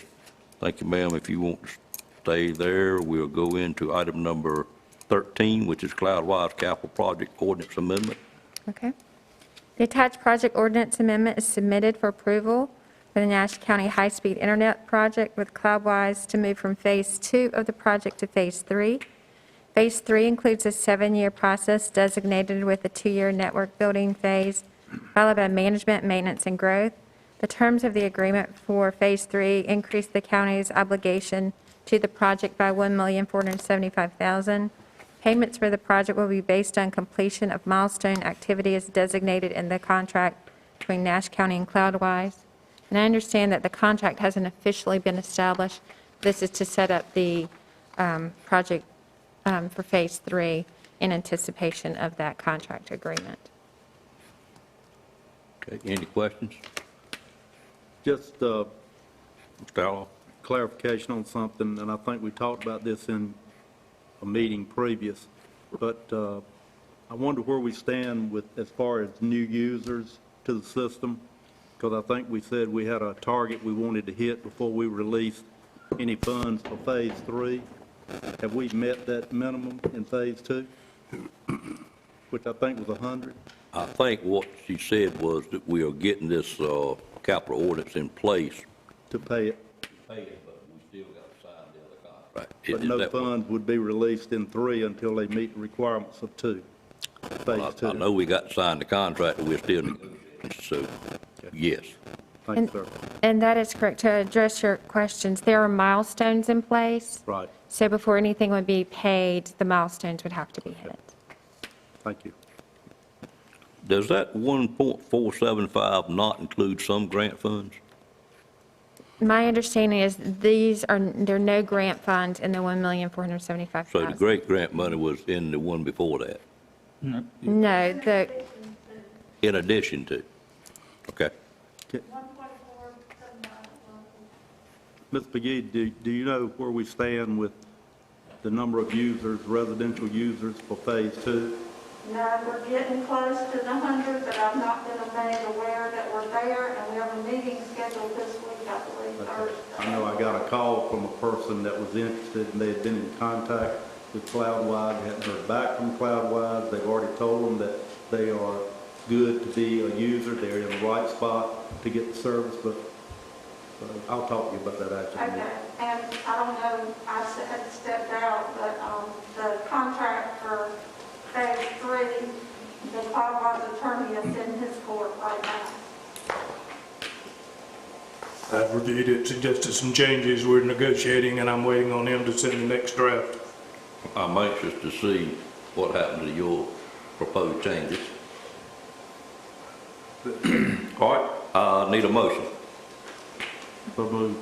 Have a motion to approve the project ordinance amendment. Is there a second to that motion? Second by Commissioner Combs. Any questions on the motion? All in favor, let it be known by saying aye. Aye. Any opposed by a like sign? Motion carries. Item 14 is the Middlesex Corporate Center Capital Project Amendment. Ms. Wood? Okay, the attached grant ordinance amendment is to adjust the water sewer road project and the tank and water leak project totals in order to properly budget the construction expenditures within the two projects. So there are no additional funds requested. It's just the difference between the two projects.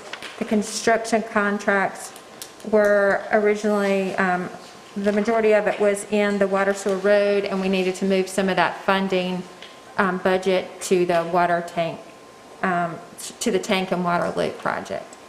Any questions, Mr. Wood, on this one? Or Mr. Boone, who's present? Seeing none, entertain a motion. So moved. Moved by Commissioner Outlaw. Is there a second? Second. Second by Commissioner Belfield and Arrington. Any questions on that motion? All in favor, let it be known by saying aye. Aye. Any opposed by a like sign? Motion carried. Item 15 is 13 budget amendments, Ms. Wood. Okay. So the first budget amendment is in regard to insurance proceeds with the Sheriff's Office. This budget amendment is to budget insurance proceeds received for 2 Sheriff's Office vehicles identified as totaled. Total vehicles included a 2019 Interceptor and a 2015 Charger. These funds will be used to purchase and upfit 2 replacement vehicles to a request of $71,738. No county funds required. The next item are legal services. This budget amendment is to appropriate additional funds for county legal services.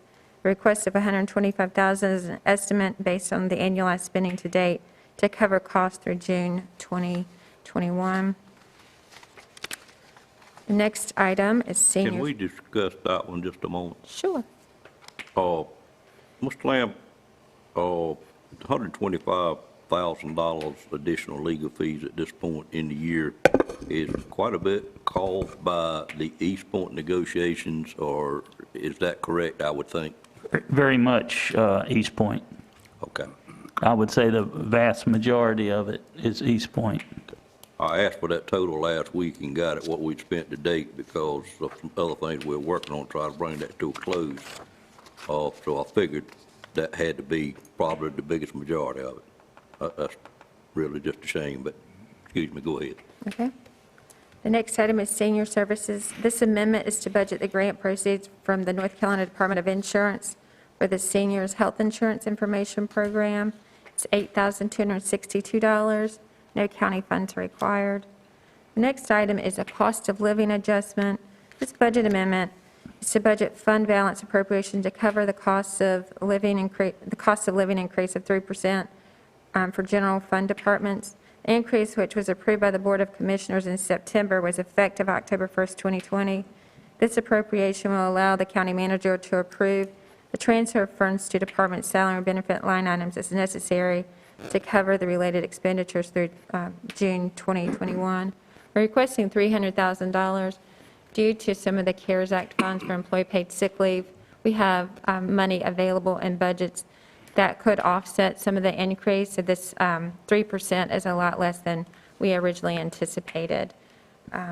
So we're I did have a question about that, so that's because I know that's much less than what we projected, so you just got funds in the budget from other sources. Combination of the CARES Act that we could use for certain departments, plus lap salaries in certain departments. So we won't have to plug in any additional funds in some departments. That's just a big difference from what I was expecting to see. 900,000 was the estimate. Right, for- that's what, yeah. I looked it up and that's what I saw. Well, that's great. Okay. The next item is in public buildings. This budget amendments to budget additional funding for public buildings due to the unanticipated expense associated with the reassignment of the Falls Road building for Nash County use as request of $28,500 from fund balance appropriation. One question there, I'm sorry. Not Nash County use, the district attorney. I know what it is, Yeah, yeah. but did we determine we could stop paying the other fee we were paying for the district attorney? We're still working on that. We're still working on that. There's several issues that building is used for more than just the district attorney's office. We've got clerk's office in there. We've got a courthouse that can, but yeah, we're still trying to negotiate that. I think it's $1,400 a month. $1,400 a month. Yeah, that we're paying. Take a long time, put it 28. Go ahead. Okay, thank you. Okay. The next item is with Department of Social Services. This budget amendments to budget 100% federal funds for administrative time to meet with foster children monthly and 75% state funds for medical and non-medical services or treatments not covered by medical insurance programs for adoption assistance vendor payments. It's $6,175. No county funds are required. The next item is with the Health Department. This budget amendments to budget additional state funding to provide added breast and cervical cancer screenings, diagnostic, and or patient navigational services to the North Carolina BCCP eligible women. No county funds are needed. It's $8,125. The next item is with Board of Elections.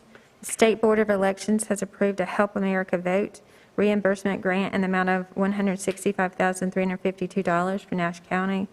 The Elections Office seeks to purchase 27 ES&S Express voting machines to replace the aging AutoMark units, laptops, and other security updates for the Elections Office. No county funds are needed. The next, On that particular one, I see John is in the audience. Could you tell us what the express voting machine is versus all the voting machines? Our voting machines are made up of three components.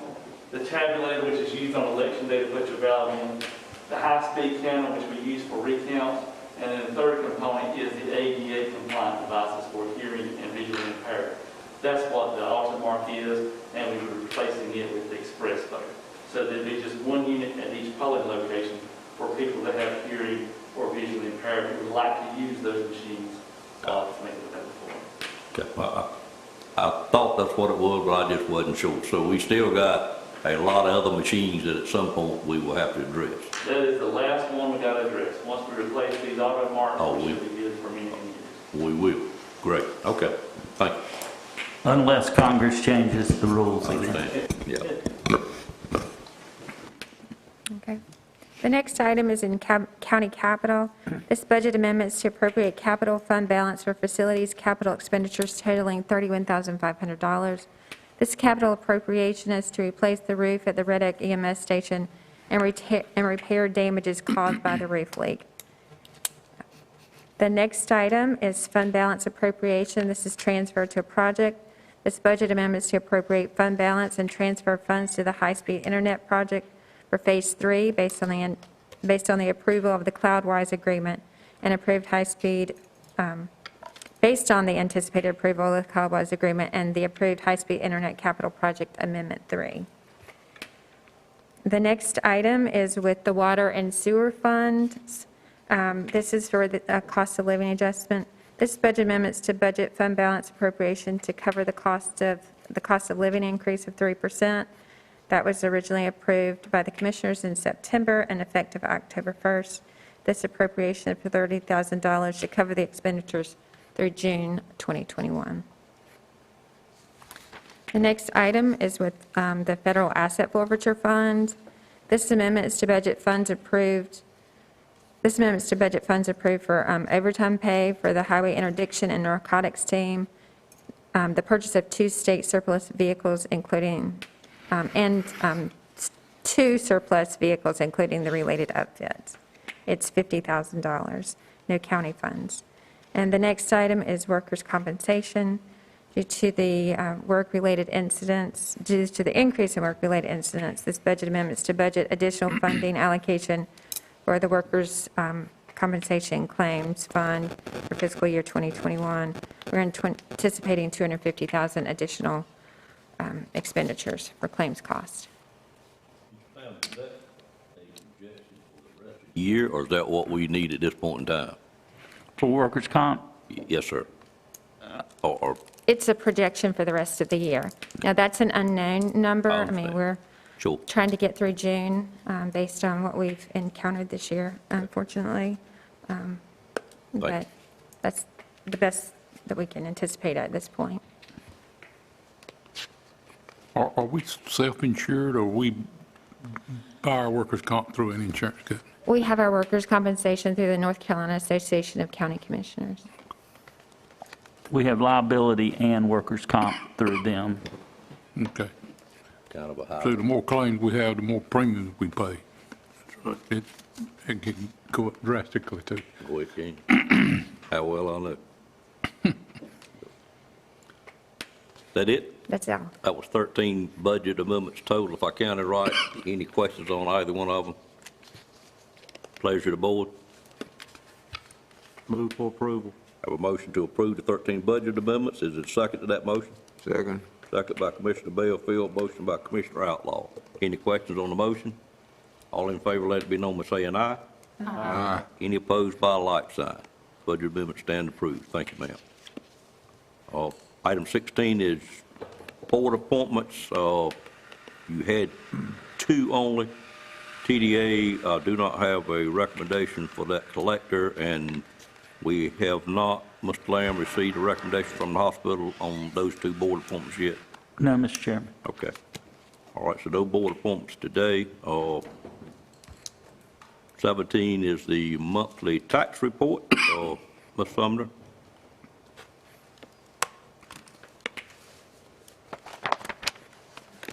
Good morning. Good morning. I have several items for the board today, as you see. The first is the monthly tax report. As you know, this report is designed to keep the board current on activities in the tax collector's office. The report is for your information only and does not require approval. However, it is recommended that you accept the report so that it'll be noted in the minutes. And I would be glad to answer any questions if you have any. Any questions on the tax report? Seeing none, is noted as presented. Okay, Madam Clerk. Thank you. 19 is the, 18 is the tax refund. Yes, sir. I do have one refund that we need approval on so that we can disperse those funds. Okay. I think it was a solid waste. Yes, sir. refund, I Solid believe. waste fee. Yes, sir. Okay. Entertain a motion to approve the tax refund. So moved. Moved by Commissioner Wells, second by Commissioner Bellfield. Any questions on the motion? All in favor, let it be known by saying aye. Aye. Any opposed by a like sign? Motion carries. 19, to establish a date for the Board of Equalization and Review. Okay, yes, sir. As you mentioned, this is the, we need action for this to establish the date for the Board of Equalization and Review. As described in the North Carolina General Statute 105-322E, the Board of Equalization and Review shall hold its first meeting no earlier than the first Monday in April and no later than the first Monday in May.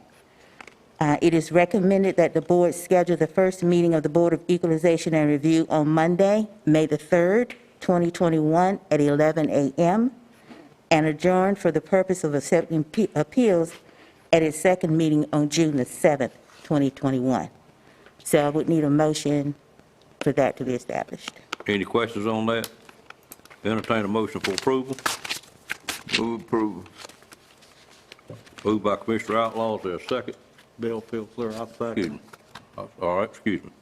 Got a motion and a second. Any questions on the motion? All in favor, let it be known by saying aye. Aye. Any opposed by a like sign. Motion carries. Thank you, sir.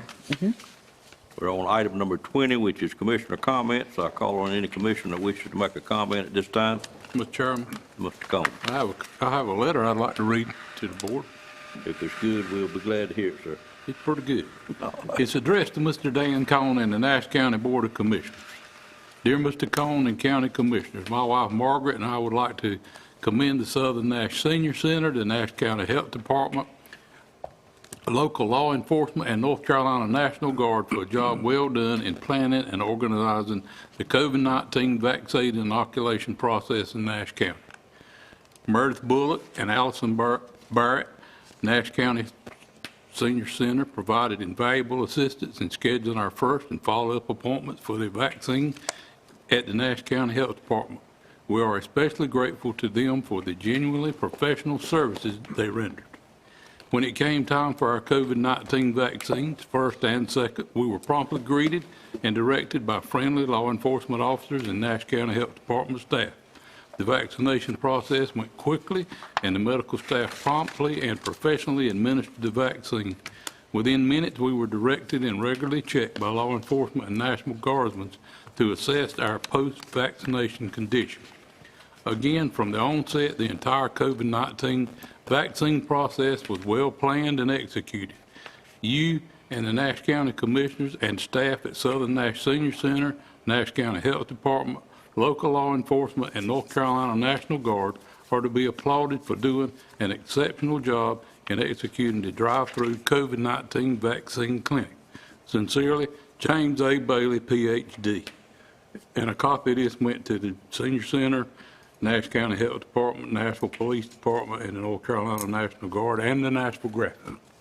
So it's always good to hear of good experiences, and as always, a good job our staff has done in this time of executing all the vaccines that we can get our hands on.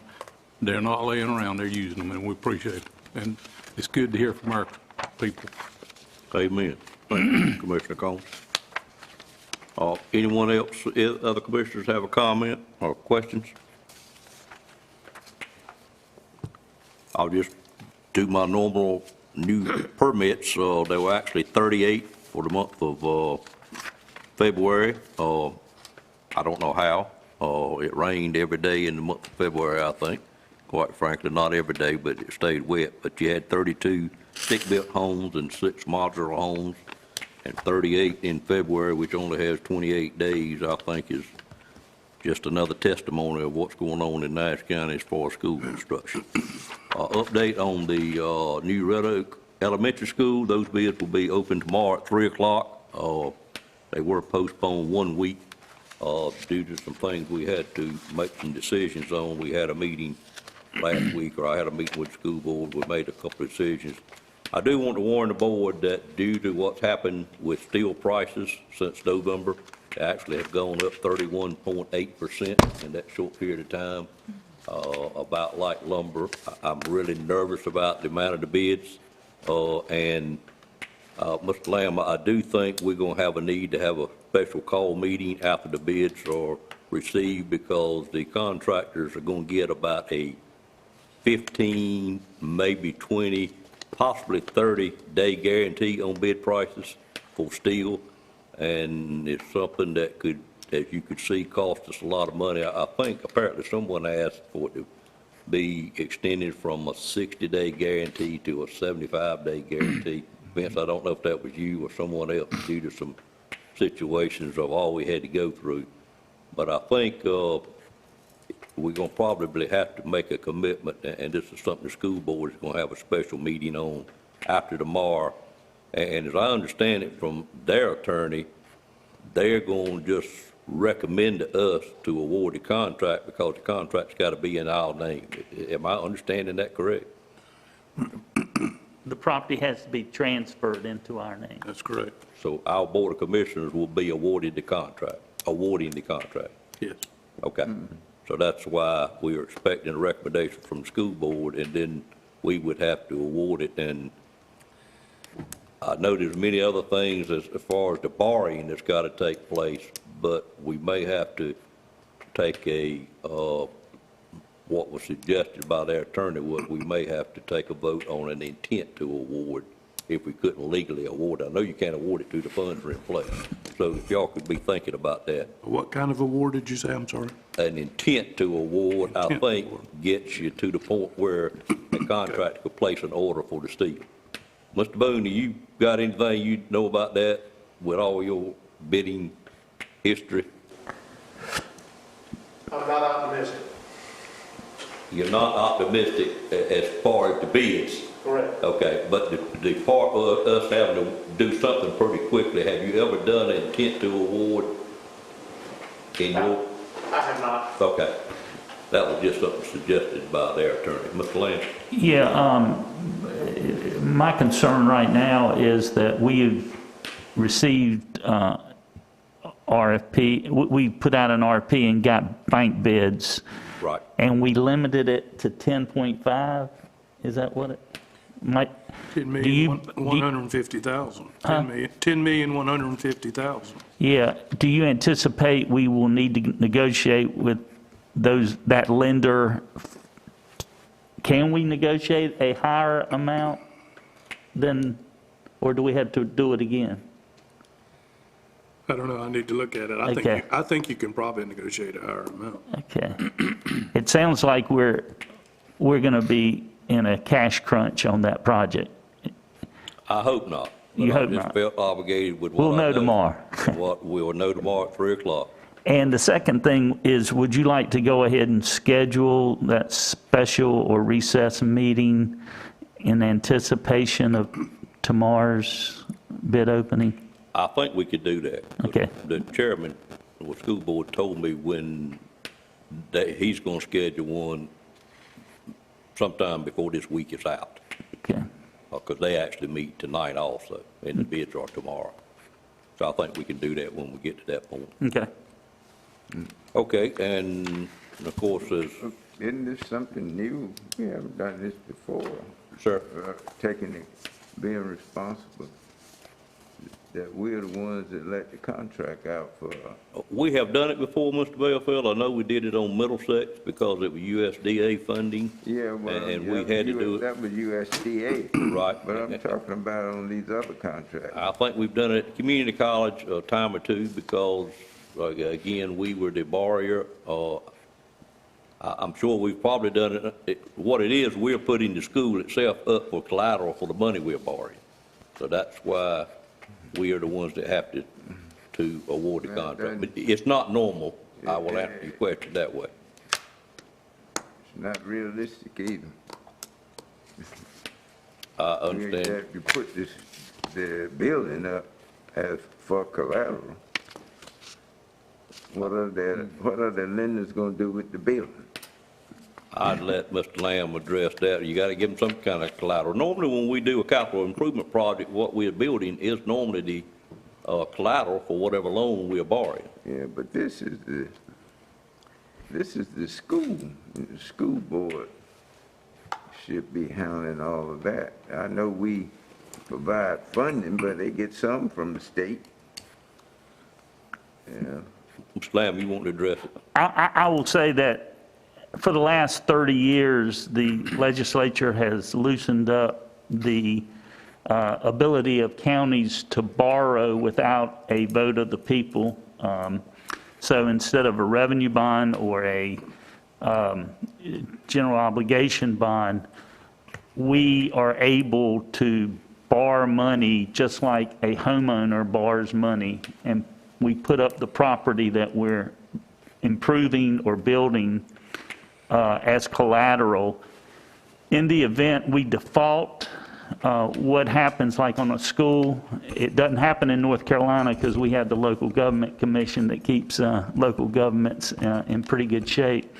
But what would happen is the lender would come in, foreclose on the property, and lease it back to the school system and the county. So that's not going to happen. That's an eventuality that I don't believe has happened in North Carolina. But that is the new, for the last 30 or so years, we no longer have to have general obligation bonds. We're able to put up as collateral the property that's being improved or built.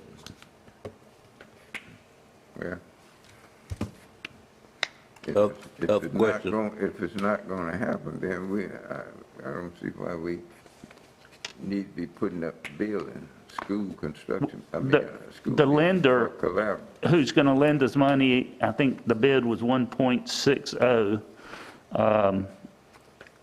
wants some collateral, because if he has if they have no collateral, and we just decide not to pay, then there's nothing, no recourse they have to be whole. Well, to me, the county government ought to be the collateral. We are if it's a general obligation. And not the school building. If it's a general obligation bond and we pledge the full faith and credit of the county, then you're right. You don't have to put up collateral. Because we're saying if we're not going to default. In fact, we'll raise taxes to whatever we have to in order to pay this debt on a general obligation bond.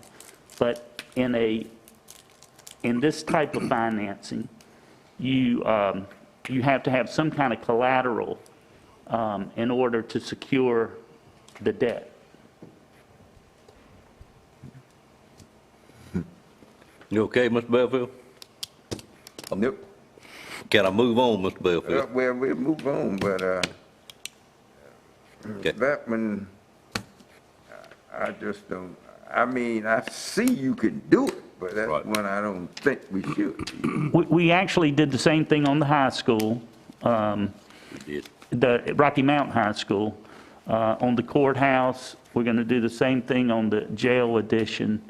We're going to put up the property that we're building as collateral without a vote of the people. So we're not pledging that we'll raise taxes if necessary. We're just saying you can come in, if we don't pay, you can come in and take the property, just like a mortgage on a home. Other comments from commissioners? Well, where I was at is my own report. I think we've already been to the other commissioners. And we were going to recess for the retreat March the 30th and 31st anyway, but we'll do it one time prior to that, is what I'm saying. Okay. Any other comments from commissioners before I give it for the manager's report? Mr. Lamb. Thank you, Mr. Chairman, members of the board. We have had a very, very busy month as we have, under the leadership of Mr. Hill, with the assistance of the Senior Center and Stacy, the emergency management, the Highway Patrol, the Sheriff's Office, the National Guard.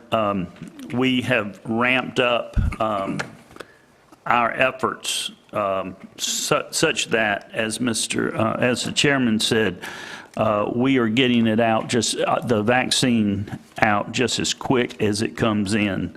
We have not wasted any. We have not. We don't hold it over for the next week. This past week, we held a little bit over for this week because we got a double shipment because of the snow delays from the week before. We ended up getting quite a bit more, and we had clinics every single day. second dose clinics on Monday and Tuesday, first dose clinics Wednesday, Thursday, and Friday. Jonathan Edwards has ramped up the social media campaign. We are including on social media and in press releases to the Sunshine List. Any provider in Nash County, we are including their availability of vaccine. I really just want to thank everyone for all their efforts. We, as y'all know, I was glad to see that letter that you received, because about a month ago, we were having some growing pains, and the board directed us to improve that situation, and I believe we have. We've opened the call center last week. In the first week, they handled 1,165 calls into the call center. We usually have 4 or 5 people, sometimes 6, in there, and the average call for the first couple of days, I know, was like 14 minutes. So the call center is really working well. We have an online portal where people can get on our waiting list right now. We still have a waiting list. We're still in the 65 and older group, the healthcare professionals, and as of last Wednesday, that's been extended to the public schools and private schools, school personnel. Nash Public Schools have almost 1,900 people, and that includes bus drivers and other workers, staff workers, in addition to teachers and principals and others.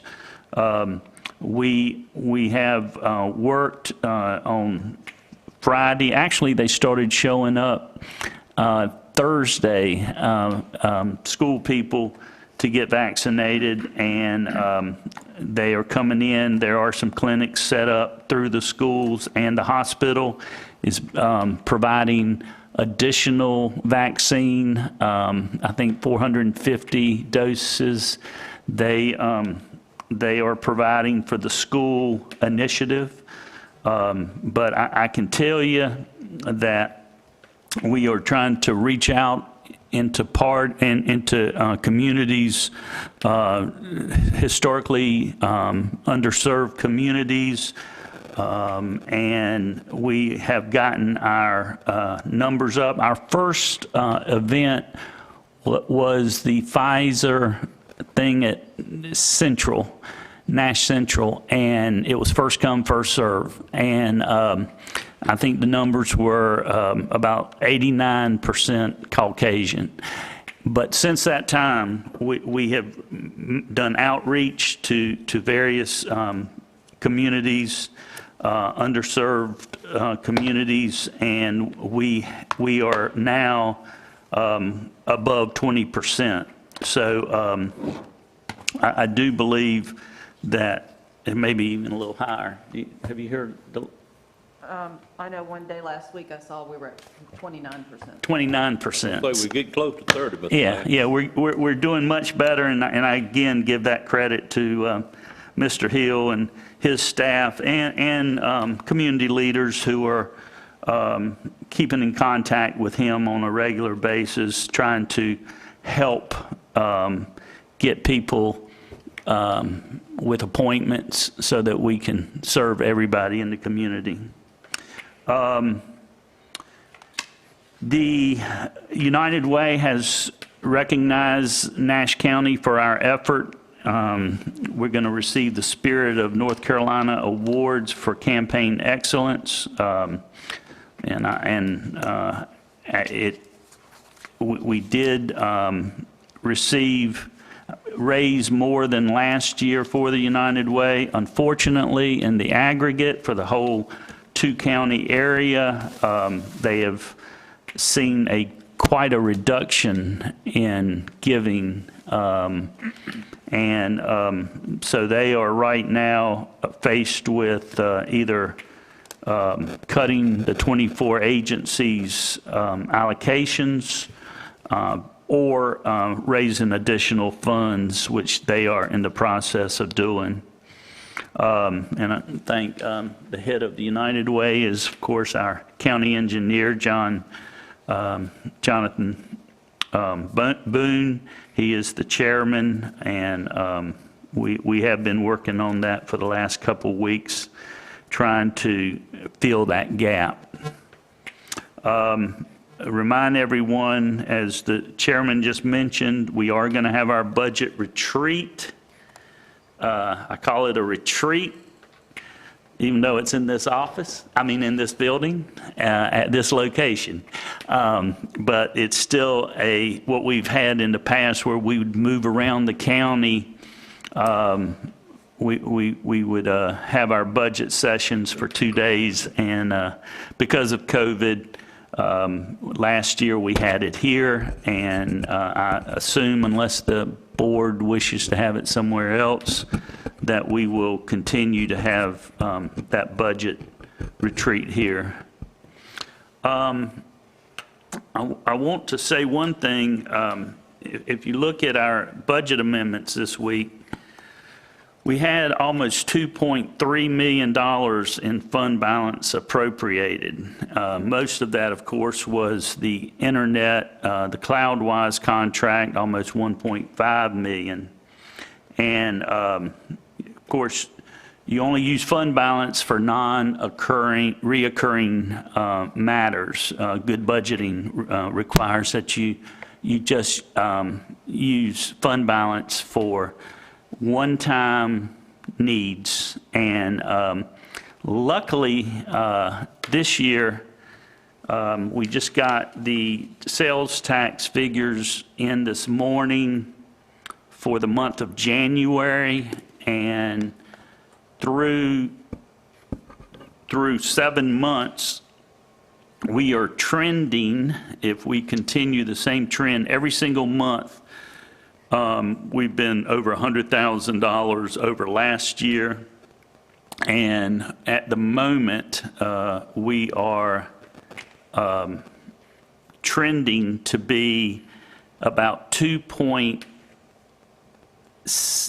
somewhere between $2.5 and $3 million in additional sales tax revenues than we budgeted in this year's budget. So that is good, and it will hopefully take care of part of this fund balance appropriated that we're looking at. We just can't do that every month because this is for 12 months, the 2.5 to 3 million additional sales tax dollars. I will say also, just briefly, that vehicle taxes are a little higher than anticipated, that you can see in Doris's report. But so sales tax continue to come in. I attribute it to the Wayfair decision a few years ago where remote sales taxes were required to be collected and turned over to states and counties. So that's a real positive thing that we're looking at least $2.5 million over last year. Over budget for sales tax. One last thing, talking about COVID, and I know we've all been dealing with COVID for the last year, exactly a year. And I just want to stress to everyone that the numbers are going down. The hospitalizations are going down, the deaths are going down, people are getting vaccinated. The health department and other providers, they're saving lives, but we can't get relaxed and think we can go out and act like we did prior to a year ago, because the virus is still out there, and as y'all have read and seen in the media, there's new strains coming in. So we don't want to have another bump, a negative bump. So I just urge everyone, even if you've been vaccinated, to wear your mask and to be very careful. The governor has relaxed the certain capacity requirements for bars, for restaurants, for places like the PNC Center. I think they're at 15% capacity. They can fill up, but so the state is relaxing these requirements, but we still need to be careful. We need to wear our mask. And again, I give a lot of thanks to our staff, particularly the health department and everyone that's helped, and Jonathan, trying to get that community awareness out in the public about the availability of vaccine, but also being safe, wearing your mask still, the 3 W's. But so after a year of this, we see light at the end of the tunnel here in Nash County, but we can't let our guard down. So thank you all for all y'all have done to help with the COVID response, and we'll continue to fight it at a local level, thinking globally but acting locally. And thanks again for all y'all are doing to combat this virus. Thank you. That's it. Thank you. Any questions of Mr. Lamb? Just a comment. Sure. My observation that things have really improved since we first started giving the vaccination, because I had a lot of criticism that people couldn't get through and make appointments, but now they can, because we still have some vulnerable people out there, especially in the African-American community, who don't have the resources or know how to make a reservation. And, Right. And churches could help quite a bit if we can connect with them in doing so. And I know in Rocky Mount, Ebenezer Church is a site where they can get vaccinated. But we do still need to increase the numbers, because they run somewhere around 180 each time. I'm averaging it off. 240 last week. Yeah. We did 240. Yeah, it increased last week. No, wait, it was much higher last week. But, we're on that, and again, the call center, which was one of the things that y'all suggested that we do, and that's made a big difference. People can call in, and they can get information, get on the wait list, then we call them back with their appointment, talk to a live person. And so I can't say enough for the IT staff and Stacy and the senior center folks, just trying, they are putting aside their normal jobs, and they are working around the clock. In fact, the senior center, Ashley, right, Ashley? Winstead is actually coordinating. That's her full-time job right now. She's in there pretty much all the time. But we're all the staff is really stepping up, and we see where we had shortfalls. We see where we needed to fill gaps, and I just want to thank the staff for doing it. well, yeah, the ministers' conference that covers Nash and Edgecombe County The president is Reverend Shelton Daniel. Church, is it Church, I almost said Church of Joy, but it's, yeah. But they're working Yeah. to try to coordinate through their churches, informing the people where they can call, where they can go. Are we accepting any walk-ins that meet the age requirement of what we're working with now? Is there what? Are we accepting, if somebody who doesn't have a reservation, but they meet the age requirement? It depends. We urge everyone to solidify a place.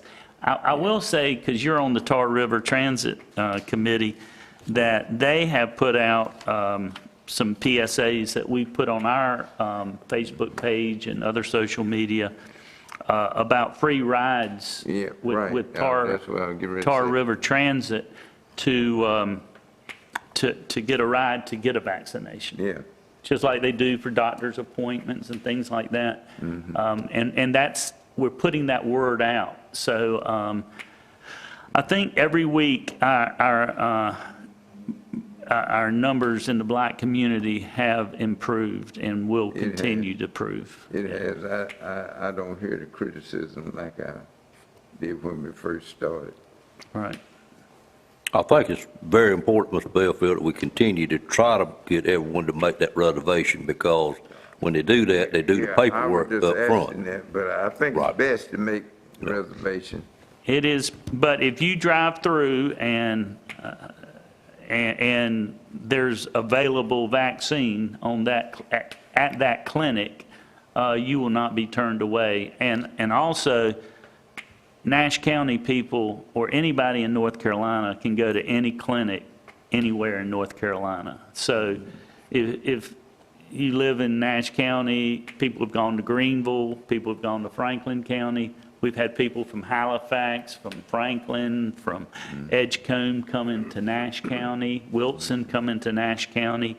So, but our numbers just the last couple weeks have totally improved, and our total number of vaccinations continue to increase each month, each week, because we're getting more vaccine from the state. Walgreens has opened all 3 of their locations in the county. We don't monitor their numbers because they get theirs directly from the federal government. But that's a resource for people.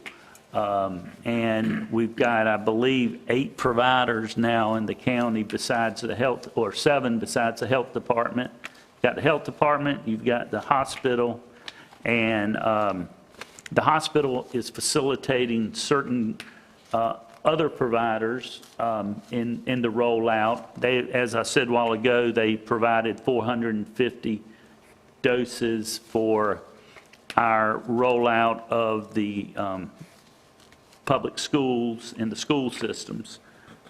So everybody is working really well together, and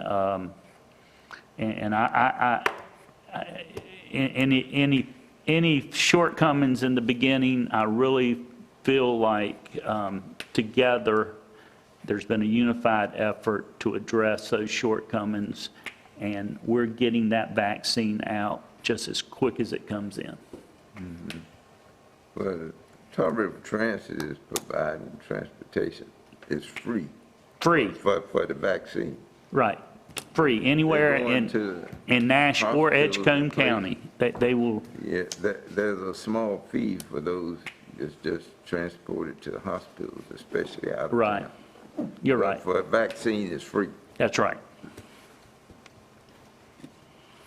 Okay, we finished up? Yep. That was 21. 22, we do have a closed session we need to have. It would be for economic development and matters of attorney-client privilege. And at this time, I'd entertain a motion to go into closed session. And then when we come back in open session, if you would be looking at your calendars, I would suggest either the 10th or the 11th to adjourn to, which is a Wednesday and a Thursday, I think will give sufficient time for the school board to do what they need to do, but we'll do that when we come back out. But do be checking the calendar and see which one of those days would work best. But with that said, I'd entertain a motion to go into closed session at this time for the reasons stated. Move we go into closed session Moved by for Mr. Bell. attorney-client privilege. Okay, and economic development. Have a motion, is there a second? Second. Second by Commissioner Arrington and Commissioner Wells. Any questions on the motion? All in favor, let it be known by saying aye. Aye. Any opposed by a like sign? And we will take a 10-minute recess.